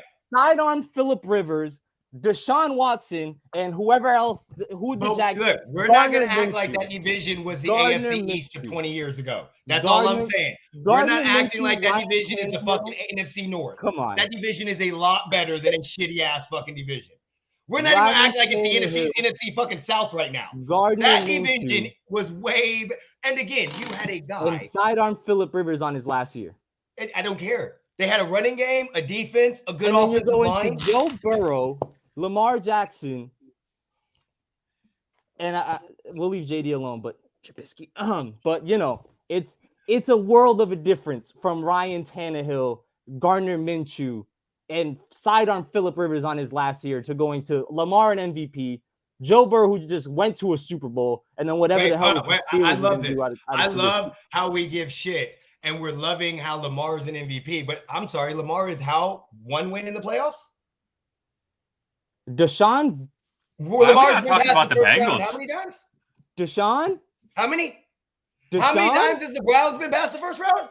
How many times has the Steelers been past the first round in the last 3 years? How many times has the Bengals been past the first round in the last 4 years? Once. The Bengals won one playoff game in 39 fucking years. We're now jumping on all these bandwagons, but we got a guy that literally has proven when you put a team around him, he can win and play. 24. Didn't he blow a 20-something point lead to you guys? Didn't you guys beat the dog shit out of him when he went to the You're playoffs? 100% right, but the Browns are way better than the Texans. Way better. That's not even comparable. The Browns, the run game alone is better. If a quarterback doesn't fuck up the Browns team, they can run their way to 10 wins. You know what? Because they have ball control. So Deshaun went to a better team, but every team in that division is better than the division he just left. But I don't. Okay. You're right. But that's the only team that got significantly better is the Browns. Hold up. Better? Hold up. And the Browns almost made the playoffs last year with Baker Mayfield. Now this is going to be hypothetical. If the Bengals pick up any O-line, they will still be the best team. Why? Their defense hung with the Rams. They hung with the Rams. They gave them their best. Everyone wants to talk about how trash Eli Apple is. He's really not that bad. He just runs his mouth too much on Twitter. But their offense, if they get any time for Joe Burrow, that's going to be disgusting. Here's why. You have an ex-wide receiver in T. Higgins. He knows how to play on the line of scrimmage and still get open. Okay? He put Jalen Ramsey on his ass in that first quarter, and if it wasn't for a holding penalty, Higgins would have had one there in the first quarter. Jamar Chase, great off-the-line wide receiver. He's on the other side of the field. He doesn't have to worry about the press. He can get around it with that insane speed and great chemistry with Joe Burrow. What's not talked about is Tyler Boyd. He doesn't get talked about. Dude has the most touchdown receptions out of the slot since joining the league. Doesn't get talked about. Joe Mixon. If he had any room to fucking run, what would happen then? If they get any pieces on that O-line, that Bengals team is eons better than the team that just went to the Super Bowl and damn near won the thing. I'll give them Alex Leatherwood. I love it. I'm not sold on the Bengals. I'm gonna be on. Okay, so I'm not sold. They won a division in a down year. They first playoff win in 39 years. Yes, they played good. Zach Taylor's we just said Ryan Tannehill gave away a fucking game. Who did they play in the second round? Oh, they beat the Raiders with a fucking luck-ass touchdown that should have never even been called a touchdown. Then you got Ryan Tannehill giving the game away, and then the Chiefs can't score in the second half of the fucking the playoff AFC Championship.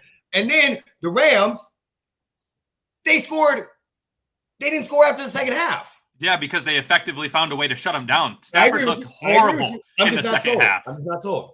Ooh, can I jump in there? Yeah. Is it my time? I'm gonna double dutch this thing. I'm getting in there. All right. So you guys did a lot. You guys have done a lot. Like I gotta comprehend everything that's happening. And you're trying to talk us out of this. Like you're trying to talk us out of this. And I know what I see with my eyes see, but I know who Deshaun Watson is, but I also know who Joe Burrow is. And I just saw a dude that run around looking like he was Big Dick Nick out there. He just made everything happen.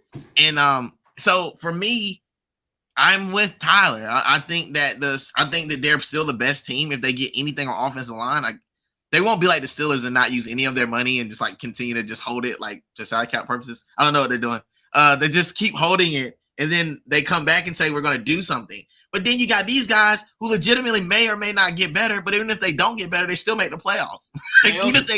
Leo Collins is visiting there right now, by the way, True. if I'm not mistaken. And that's a huge ad for them because don't forget, they were 1 second away from Jamar Chase burning Jalen Ramsey for a game-winning touchdown down that sideline. You're 100% right. You're like that kid that's on that movie, Ames in the Outfield, and he just every single time he says it can happen. Like you're making it worse for us, all right?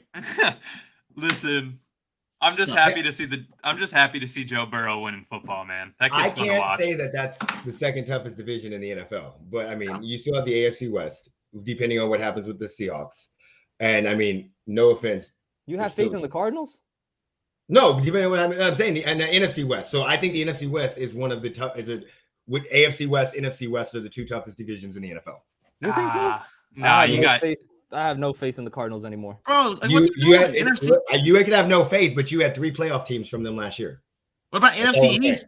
We're not gonna talk about NFC East. Like they're the best teams in like the history of ever. You got the Cowboys, the mighty Cowboys, who have an undefeated record in the playoffs. where they haven't won any. Like, you know what I'm saying? Bro, They've been unable to defeat anybody.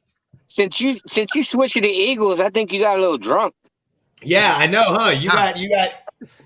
Nah, man, I'm gonna be real. Eagle fan. And by the way, just for history, there was a point in time where they were called the Eagles because the Pittsburgh and Philadelphia joined together when some of their players were doing a war during a season. So that is 100% correct. I'm a Jalen Hurts fan. I'm an Allen Iverson fan. Like, I'm a Sixers fan now, but I'm an Allen Iverson fan. Like, I'm a Jalen Hurts fan. I want this kid to go prove every coach that ever told a motherfucker he can't pass the ball. I want him to prove him wrong. I want him to come back so strong. From the reports I've been seeing with Jalen Hurts, I've actually seen him work out a couple of times. He's got one of the best quarterback coaches that you can have in this world working with him, and I think the kid's got a good work ethic. But listen, the Eagles got some holes to fill. They're not a quarterback away. I can tell you that. So like that was why everybody was like, "Let's get a quarterback." You're not a quarterback away. You're a whole team away. Yeah. You got a lot of holes to fill. You need some but receivers. They're playing in the right direction. Yeah, they are. What about Rodgers? Let's talk about Rodgers. Let's get on the drama queen of the fucking year. He's an idiot. Well, hey, I gotta jump off. Okay. Love you, Jeremy. Later, Jeremy. Right, let's talk about Rodgers. Let's get on the drama queen of the year. Stupid ass, dumb fuck. He should have left. That's all I got to say about that. It was the dumbest thing he ever done. He did get played. I'm not gonna lie. They played him. He played himself. That was. Oh, he played himself. I love it. Dude, he posted the last dance before it was all said and done, knowing it was going to be either he leaves and retires or Devontae leaves. He knew himself. that was the last touchdown he ever threw to Devontae. And you made it worse when the guy that literally made you the MVP the last 2 seasons, you don't call him up like, yo, bro, we should probably line up our contracts so we're here together. We're getting money. They didn't speak once this entire offseason about their contract signing. He played himself. There's a reason why all his wives, why he can't even get married. Dude, they all leave him. They all leave him. He's crazy. He should have went to Denver or wherever the hell, but he played himself by staying there. And now they have no receiver, and they'll win the division, but God, good luck, Rodgers. Honestly, just good fucking luck, bro. Love this right here. I'm gonna tell you why, because what happens is, we had all this big meetings and stuff about Aaron Rodgers. What is he going to do? We talked to all these Packers fans, and they were like, he's going to leave. We laughed at them. We mocked them, said he would never stay. And then he stays, and he says, you know what? Like, you're an ugly chick, but I get good head from you. So I just stay here, and I accept it. Like, this is what fucking Rodgers did. Rodgers is like when you get girlfriend vagina. Like, that's what it is. She's just enough to like keep you like, you know what I'm saying? I'm gonna keep coming every back. Day when I wake up and I go to bed, she's right there. It's like it's common. It's a common feeling. Everybody keeps saying that Aaron Rodgers is a Hall of Famer no matter what he does for the next couple of years, even if he shits 2 bricks. Like they're gonna say that he had a great career because he's a Hall of Fame guy. He's one of the most talented arm guys. Well, talent don't get you shit. I want fucking results, Aaron Rodgers. You dumb fuck you. I get mad at him because he does these things. He lies about having the vaccine or whatever. Then he makes this big hoopla. I had people like constantly clouding up my timeline, asking about Aaron Rodgers and was he going to bring his man bun out to a press conference to say if he was going to stay or not. Like, I did not care. Aaron Rodgers is the biggest fraud in the NFL, and people need to stop gassing this dude up. What he's done is amazing, I guess, so to speak. But if you get there and you never win it, what's a bridesmaid and never a bride? No, see, as you said, question. You're a Sixers fan. So that's what I feel about Rodgers is a lot of James Harden. It's in the regular season, you're fucking spectacular and amazing. But when I need you the most, fuck you. Like, why'd you just do me this way? Like, why? Now, Rodgers is, I think he's 11-10 in the playoffs. 11-10 in the playoffs. And this guy's arguably one of the greatest throwers of the football ever. But then that's part of the legacy for him that is just, it's never going to be able to get lived down. You lost to Jimmy G in the playoffs twice. Like, there's all kinds of just horrible, consistent playoff blunders, and he should have left. He really should have left, bro. He should have left. I'm done with fucking Aaron Rodgers. Let's do it. My buddy always called him a bitch and hates him and all this other stuff, and I have always defended him like that's a bad man. He's got talent. If you gave him a good coach, besides Mike McCarthy, imagine what he had. But this motherfucking drama queen for a whole year had us talking about his fucking toe. We were talking about his toe. Pat McAfee Monday show became must-watch TV because we thought we were going to get some drama from Aaron Rodgers. his fucking man bun, his toe, his vaccination record. I'm going to have my decision. He might have pushed Devontae Adams out. We don't even fucking know. I heard the story that Greg Jennings told where he told Richard Sherman on the field, you should try to sign Greg Jennings next year. He might have told them, I don't want Devontae Adams no more. He's getting too much credit. Get him the fuck out of here. I don't know. But all the drama that he has came up with, the drama queen, all of that shit, I'm done with his bitch ass. You had the world by the hands. You could have picked any team you wanted. Everybody was giving it up for you. And for you to sign back with Green Bay, you're like that girlfriend that keeps saying, I'm going to leave just so you can beg her to stay. And everybody gets tired of that shit. Well, if you don't do this, I'm going to leave. Well, bitch, fucking finally leave. That's what we would. He just wanted fan love and support. He just wanted to make the fans wonder what it would like to miss him and show them Jordan Love and all. He might have lied about his vaccination just so Jordan Love could fucking start. I don't fucking know. But all of this stupid ass shit, I'm done with his bitch ass. I'm not defending him no more. You fucking little bitch made motherfucker. Ugh, I'm done. I ain't even talk about him.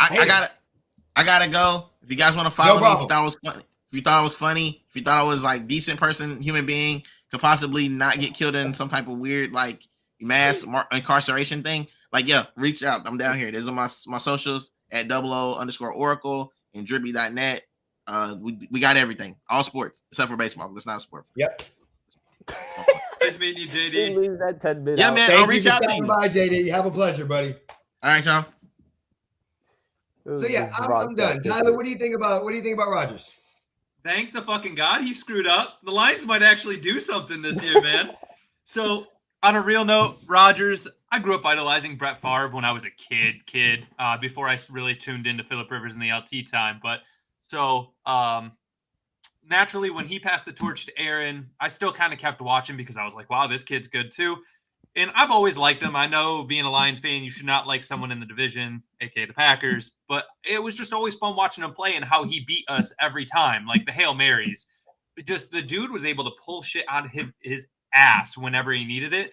And so, like, I've always thought he was a great player, and I didn't think he was too bad of a human until pretty much last year. Now I'm out on him as a person, but that doesn't mean the dude still can't play. I'm still a little nervous that even though they don't have Devontae Adams, that doesn't mean he's not going to find his next weapon. Like if they end up drafting Chris Olave type who still manages to get open, real speed threat down the field, that could be a nightmare for the Lions. But hey, I'm just happy I don't have to deal with Devontae Adams anymore. That's the best part in this whole situation. That's Eric's problem now. His talent is undeniable. He has talent, and he's going to find another receiver. Greg Jennings, Jordy Nelson, Randall Cobb, Devontae Adams. He's going to make somebody else look amazing. But fuck him, drama ass queen. Yeah, dude. He really, there's something not right in it. I'm not sure if it was TJ Lang or David Bakhtiari said one time they were it was after a football game in Green Bay and they decided to go out and start partying and they ended up at a college frat house. And I mean, these are almost 30-year-old dudes at the time. And so they stop by, they're hanging out at a frat party, and they're partying. And at one point, forget who the lineman is, said he was ready to go. Clock was rolling like midnight. He was like, all right, it was kind of fun to relive those years. Let's get out of here. Aaron says no. And Aaron stayed there until like 6 a.m. and started to pledge for this frat house. That should just go to show how off mentally Aaron Rodgers might actually be deep down. Is something's not right if a grown-ass man playing in the NFL still wants to be in a frat house at 6 a.m. on a Saturday, Sunday, whatever it be. Something's not right. He wants Tom Brady. He wants to be idolized. So I think the 49ers not drafting him really kicked off something wrong with his brain back in the day. Like he was being shunned from his all-time dream where he should have ended up. Didn't they take Alex Smith over him? Yep. No offense to Alex Smith. I like Alex Smith. Fell to like 22nd. Yep. And so he got the best case scenario, in my opinion. He got to learn behind Brett Favre. He got the full reign of that offense. He had good weapons his entire career. Not that San Francisco wasn't good at the time, but he had a damn good career. And I think something mentally off. I mean, all these women keep leaving him for a reason, right when they get close to marriage, because he's afraid of commitment issues, is what they say. So, like, just something's just a little something's a little not right with him as a human being, and I that agree. came to fruition last year. He's a fucking drama queen. That's all, he's the biggest diva in the world. Okay, so what other topics are we talking about? What else y'all want to talk about? We got about 10 to 20 more minutes till we hit the 2-hour mark. So the rest of your division, I mean, Chargers, Yeah. Okay. Broncos. I need to talk about them. Are you even worried? I mean, because you keep saying they're coming in second, coming in second place, and so on and so forth. So you do not give a damn about Russell Wilson. I pretty much already knew that from already being on the show. You have no faith in that man. But the Chargers, this is the defense and anything of just no. Fuck the Chargers too. So I'd like to go out to Denver real quick. Jerry Jeudy's a top 5 receiver against man coverage in terms of getting open percentage. Keenan Allen's number 1. That shouldn't shock anybody.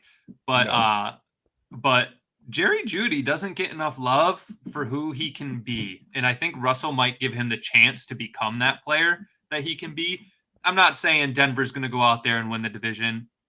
Who knows who's going to win that division? No one can say with confidence. I love the Chargers. They are my second favorite team. I root with them wholeheartedly. If they played the Lions in the Super Bowl, I'd be very conflicted. And so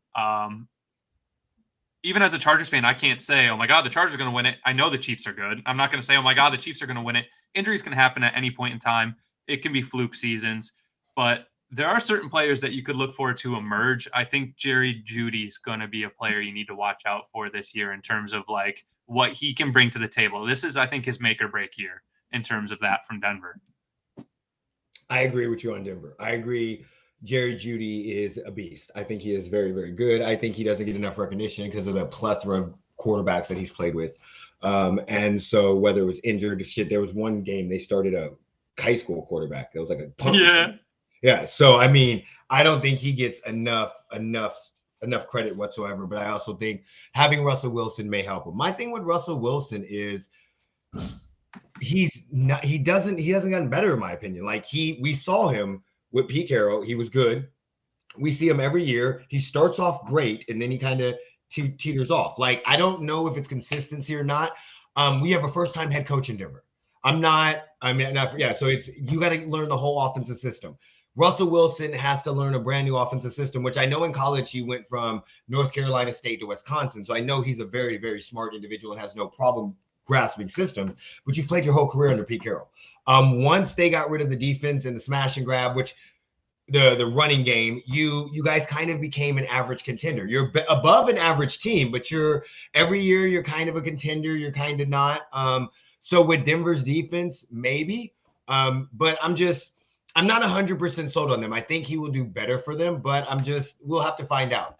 When it comes to the Chargers, Khalil Mack doesn't really scare the shit out of me because the Chargers defense already scared the shit out of me. Justin Jackson, JC. Yeah, JC, my dude. He's a bad man. He's a bad man. Because Patrick Mahomes is known to throw some fucking bullshit, and the Chargers already pick us off anyway. My biggest thing with the Chargers, it's going to sound kind of weird, is I'm not sold on Justin Herbert. That's Justin the weirdest. Herbert to me is the next Phillip Rivers. He's a Phillip Rivers 2.0. He's going to have some great games like what we see on Sunday Night Football. I think when he played the Steelers and fucking destroyed them and everybody was talking shit about him. Then we're going to see some games where he just looks halfway decent. And I know he's still young and I know he's maturing, but there's so much pressure that is now placed on him because of the moves that they made. And I think a lot of times, and Brandon Staley's good, and I love that he likes to go for it on fourth down. He's very aggressive. Maybe you shouldn't sometimes, but if that's your style, that's your style. I'm just not sure that this team is going to be ready to handle the pressure that's about to come from them. And then, like you said, our defense our whole entire team division has gotten better. So it's going to be an onslaught. So the Raiders, I actually like, even as a Chiefs fan, I think the Raiders have a higher ceiling than the other two teams in the division, just based off the fact that they've done it before. They were in the playoffs last year with everything that happened. If all that shit happened, but I'm still not trustful in Josh McDaniels.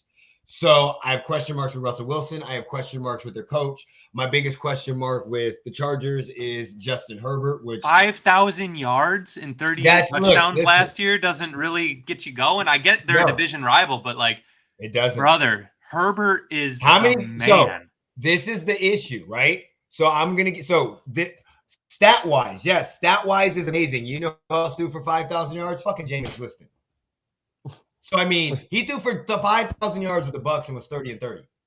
So I'm just saying this isn't 22,000. 5,000, you're going to see what Deshaun Watson threw for 4,800 yards and was 4-12. So, yes, that does. You're going to throw for a lot of yardage, but I'm just not 100% sold on him yet. He's still growing and maturing, but I think with the pressure and everything that gets placed on him, he actually takes a step back this year, baby.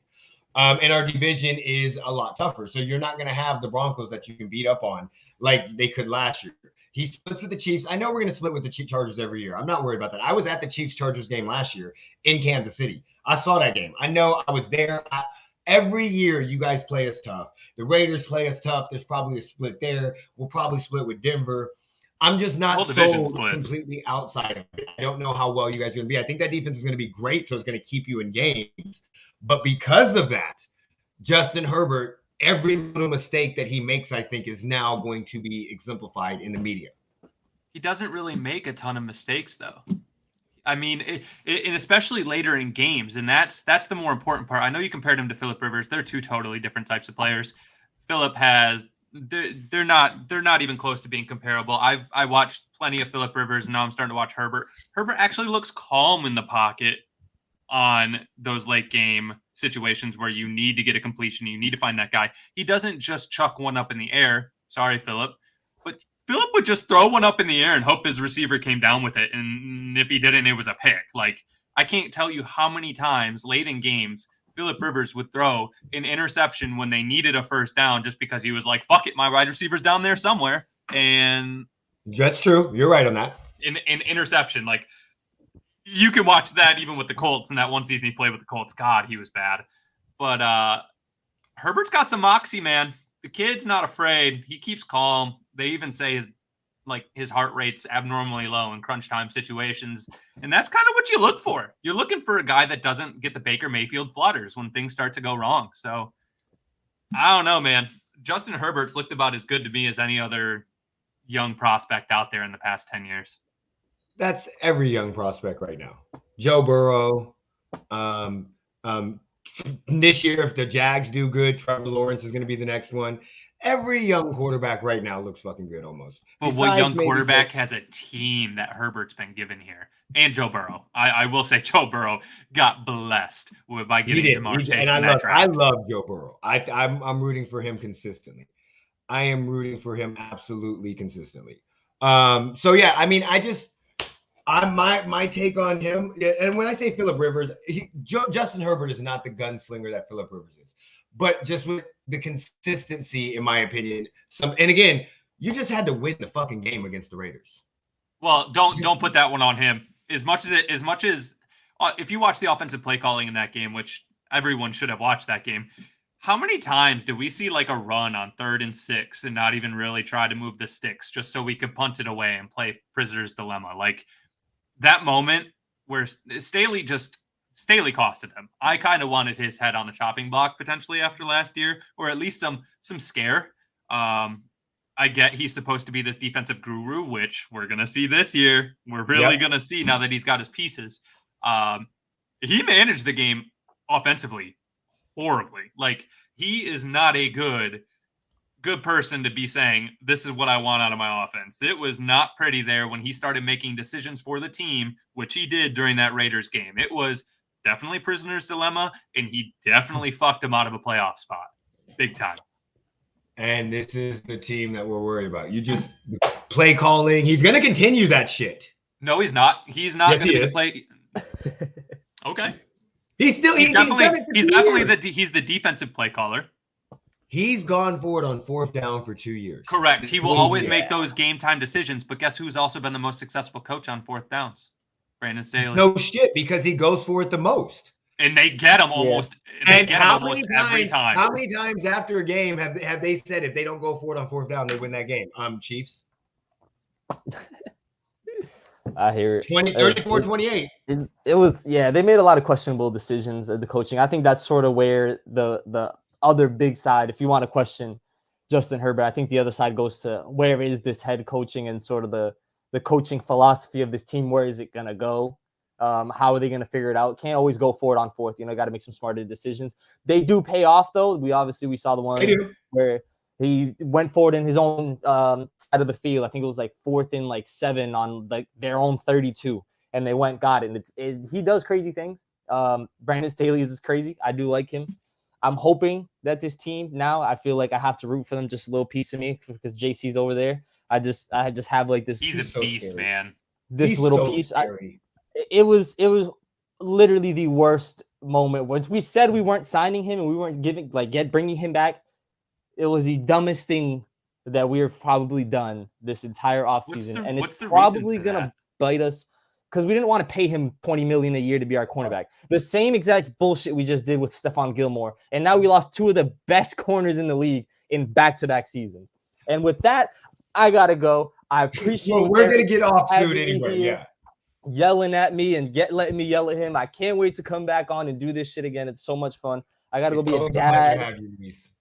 Tyler, I appreciate you, man. I feel like you are one of the more insightful and more, like JD said, you are very technical with it. You get down to the nitty gritty. You do sound like a coach.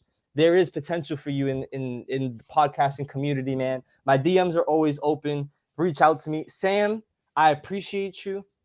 I need to collaborate video games with you. I've been needing to do that for months now. I have been slacking. You are my neighbor, literally just right down from me. Like, I think you're like an hour away from me. I'm up in Massachusetts. You're down in CT. We're so close. I'm going to make it happen, man. But appreciate you guys so much, Eric. Thank you. Shout out to Jeremy. And shout out to you guys over here in Vegas, Benchwarmers. You guys are the best, bro. I appreciate it. Thank you, boss. Nice meeting you, Luis. All right. So 5-10 minutes. You said you cleared out 2 hours, right? Yeah, I have nothing going on for the rest of the day, but that's just me. Like I said, I'm off work right now due to a pretty severe injury. So I've just been kind of hanging out around home, not doing a whole lot, but I'm good whenever you are, brother. No problem. So last one, there's just one more thing I wanted to talk about, and I forgot who it was. Was it potentially Cordell Patterson being re-signed by the Falcons? Yes, there we go. That was what. Yes, the Falcons. I wanted to talk about the Falcons. That's what I wanted to talk about. Cordell, what are your thoughts about the Falcons? And the reason why is because Sam is a Falcons fan. He's a huge Falcons fan. I think the Falcons. I think they messed up by not getting Watson. Any team that had the potential chance to get Watson messed up. I saw a lot of talk from the fan base because I'm on Twitter 24/7. I saw a lot of talk from the fan base saying, I don't want to do it if it means AJ Terrell or Kyle Pitts. Well, I think we saw the deal that it was going to take, and it was not necessarily involved around players like a lot of people thought it was going to be. Like the Texans said they wanted was those young players. It really turned out to not be about that. What it turned out to be is who would take on Watson, who would pay him this money to get him out of our team and give us the most in return. And I think they could have found a way to make it happen. I know they love Matt Ryan down there, but to be honest, Matt Ryan's done. They don't really have a shot with him in any way, shape, or form. Why not go get that franchise guy? It's not so easy to find that franchise guy. I mean, you watch teams that have been trying to do it for decades. I mean, the Lions have one. They've flopped. But you look at the Jets, you look at the Browns, they now might have their franchise guy, but it's not easy to find one, man. And if you don't snag one up quick, you either got to find the best available left in the free agency and hope for the goddamn best, or suffer 20 years of despair. I agree. I think they can. I was 100% sold that he was going to the Falcons. Everyone was. It was home. It was home. Yeah, it made sense. And the way they support their quarterbacks, Matt Ryan, Michael Vick, the last two, I just thought it was a match made in heaven. But I think the contract is 100% right. And Arthur Blank and him are friends. I think they should have went and paid all of the money. It would have been so nice to see him and Kyle Pitts together. And they would have had to give up. And I think it was the contract. And I think that's the only thing that changed. They probably were offering the same amount of picks. They might have. They have that lower pick this year. So they might have even been offering, because their pick is what, 5, 6, whatever it is. 7, I don't know. But they might have been offering that pick plus more picks. But I think it was the guaranteed money. 100% it was guaranteed money. Swayed their opinion. And I think by the Falcons not trying to get their next quarterback, you're 100% right. They're going to go into one of those down spirals where you don't know when your next quarterback is going to come. The Packers got lucky to go from Favre to Rodgers. The Colts got lucky to go from Manning to Andrew Luck, but Andrew Luck retired. Miami's still looking for a franchise quarterback after Dan Marino. John Elway, after the Broncos, they besides Peyton Manning and now Russell Wilson, most of their years has been a plethora of revolving doors of quarterbacks. The Texans have looked for a quarterback forever. They got one and they fucked that shit up. Yeah, so that was a debacle and a half. Yeah, I think they definitely, especially with what's going on in the NFC South. You don't know what's going on with Carolina. The Saints are in a mess right now. And then you have possibly one more year with Brady. Yeah. And you would have had Deshaun Watson for the next 4 or 5 years and Kyle Pitts for the next 4 or 5 years. They would have been front runners after this year pretty much every year unless Bruce Arians pulled some magic down there in Tampa. And yep, I agree. Pick 8 for the Falcons. I agree. I agree that $240 million. And that's a lot of money. That's a lot of money. But how much did y'all play Matt Ryan? He got his full contract. He got all of his fucking money. So what was it, like $125 million they gave him because he's on the last year of his deal, isn't he? And the thing about guaranteed money is typically a lot of it can avoid the cap if you structure it right. So even if it was guaranteed money, that didn't mean the team wasn't going to have open money to sign people over the next portion of his contract. It blows my mind that they maybe didn't push harder, but again, they know stuff that we don't know behind closed doors. So the Falcons might have just said, hey, this really isn't our best interest. We can't guarantee that much money and enter Browns. But I think they're going to regret that. They're going to regret that. We'll see. I think that this draft, I don't think quarterbacks are going to be selected like they have been prior. I think this is a draft where honestly no one even knows anything about anyone. Like Aiden Hutchinson, everybody wants him, right? But did we watch him against Georgia? Did not play a good game. Got pancaked several times.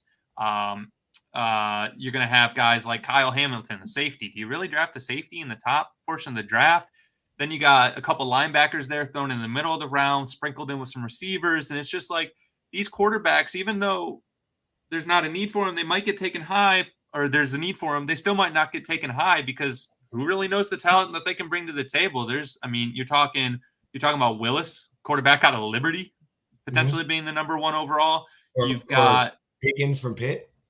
Yeah, Pickett. They projected him to maybe even slide to the second round, which is it's just, and that's crazy that if he slides to the second round, where does Matt Corral go? Because Corral played a great year with Ole Miss. So there's going to be an opportunity for teams to snag these quarterbacks in the second round. And I wouldn't be surprised if the Falcons are sitting there in their second round pick and they see Kenny Pickett, or if they see Matt Corral and they'll be like, all right, we're going to rock with this. And who knows, man? Who knows in terms of the Falcons? I agree. Yeah, I completely agree with that. I mean, you're right. They could have known something behind doors, didn't want to guarantee that money. And like you said, they could be waiting to get a quarterback in the second round, let him sit behind Matt Ryan for a year, or they could still trade Matt Ryan for picks and get in and just start their future with a rebuild and go again. It's not like they're worried about wasting Kyle Pitts right now. So, I mean, and they don't have Calvin Ridley this season. So, I mean. Nope. And their number 1 receiver is probably Cordell Patterson or that Zacchaeus or whatever his name is. Can't pronounce his name, bro. They need to make a move for a receiver if they do end up deciding that they're going to keep Matt Ryan, though. But, that Falcons team, I feel bad. They're kind of like in shambles. They had a chance at greatness over the next decade, and they kind of just let it slip through a bit. But they got some good players. They could have said, hey, we have Deshaun Watson, but what the fuck else do we have? We would need to get a lot more. So, I mean, it might have worked out for them in the best. I just really would have loved to see him in that uniform. Same, because it would have been a tribute to Michael Vick, another slinger that can be mobile. I really think they would have brought in Will Fuller. I think any team that signs Deshaun Watson's looking to bring in Will Fuller, I wouldn't be surprised to see the Browns make the move. But I feel like the Falcons are kind of stuck where the Lions were stuck last year, not quite knowing what to do. I agree with you. I definitely agree with you. All right, buddy. Well, with that, I'm gonna get up out of here. I gotta go. Yes, sir. Yeah. Thank you so much for coming on. Just to let you know, whenever you want to come on, you have an open invite. We I go live appreciate you. every Saturday at 8 a.m. We talk about all sorts of sports besides baseball because we don't watch them. Yeah, I do not watch baseball at all. I'm a Royals fan, so we're only good every 30 years. Yeah, I feel you. I'm a Tigers fan. Oh, so without further ado, tell everybody where they can find you at if you want them to follow you on Twitter or whatnot. If you want to add me on Twitter, it's as you see on the screen, Macaroni TR, but with an extra R. That is my Twitter handle. Feel free to follow me. And thanks for having me on, man. This was a blast. Appreciate it. Good luck on the coaching position, hopefully. Yeah. You sound like a coach. Fingers crossed. You sound like a coach. You are very knowledgeable. Amazing. I love what you bring. And you should probably start your own podcast.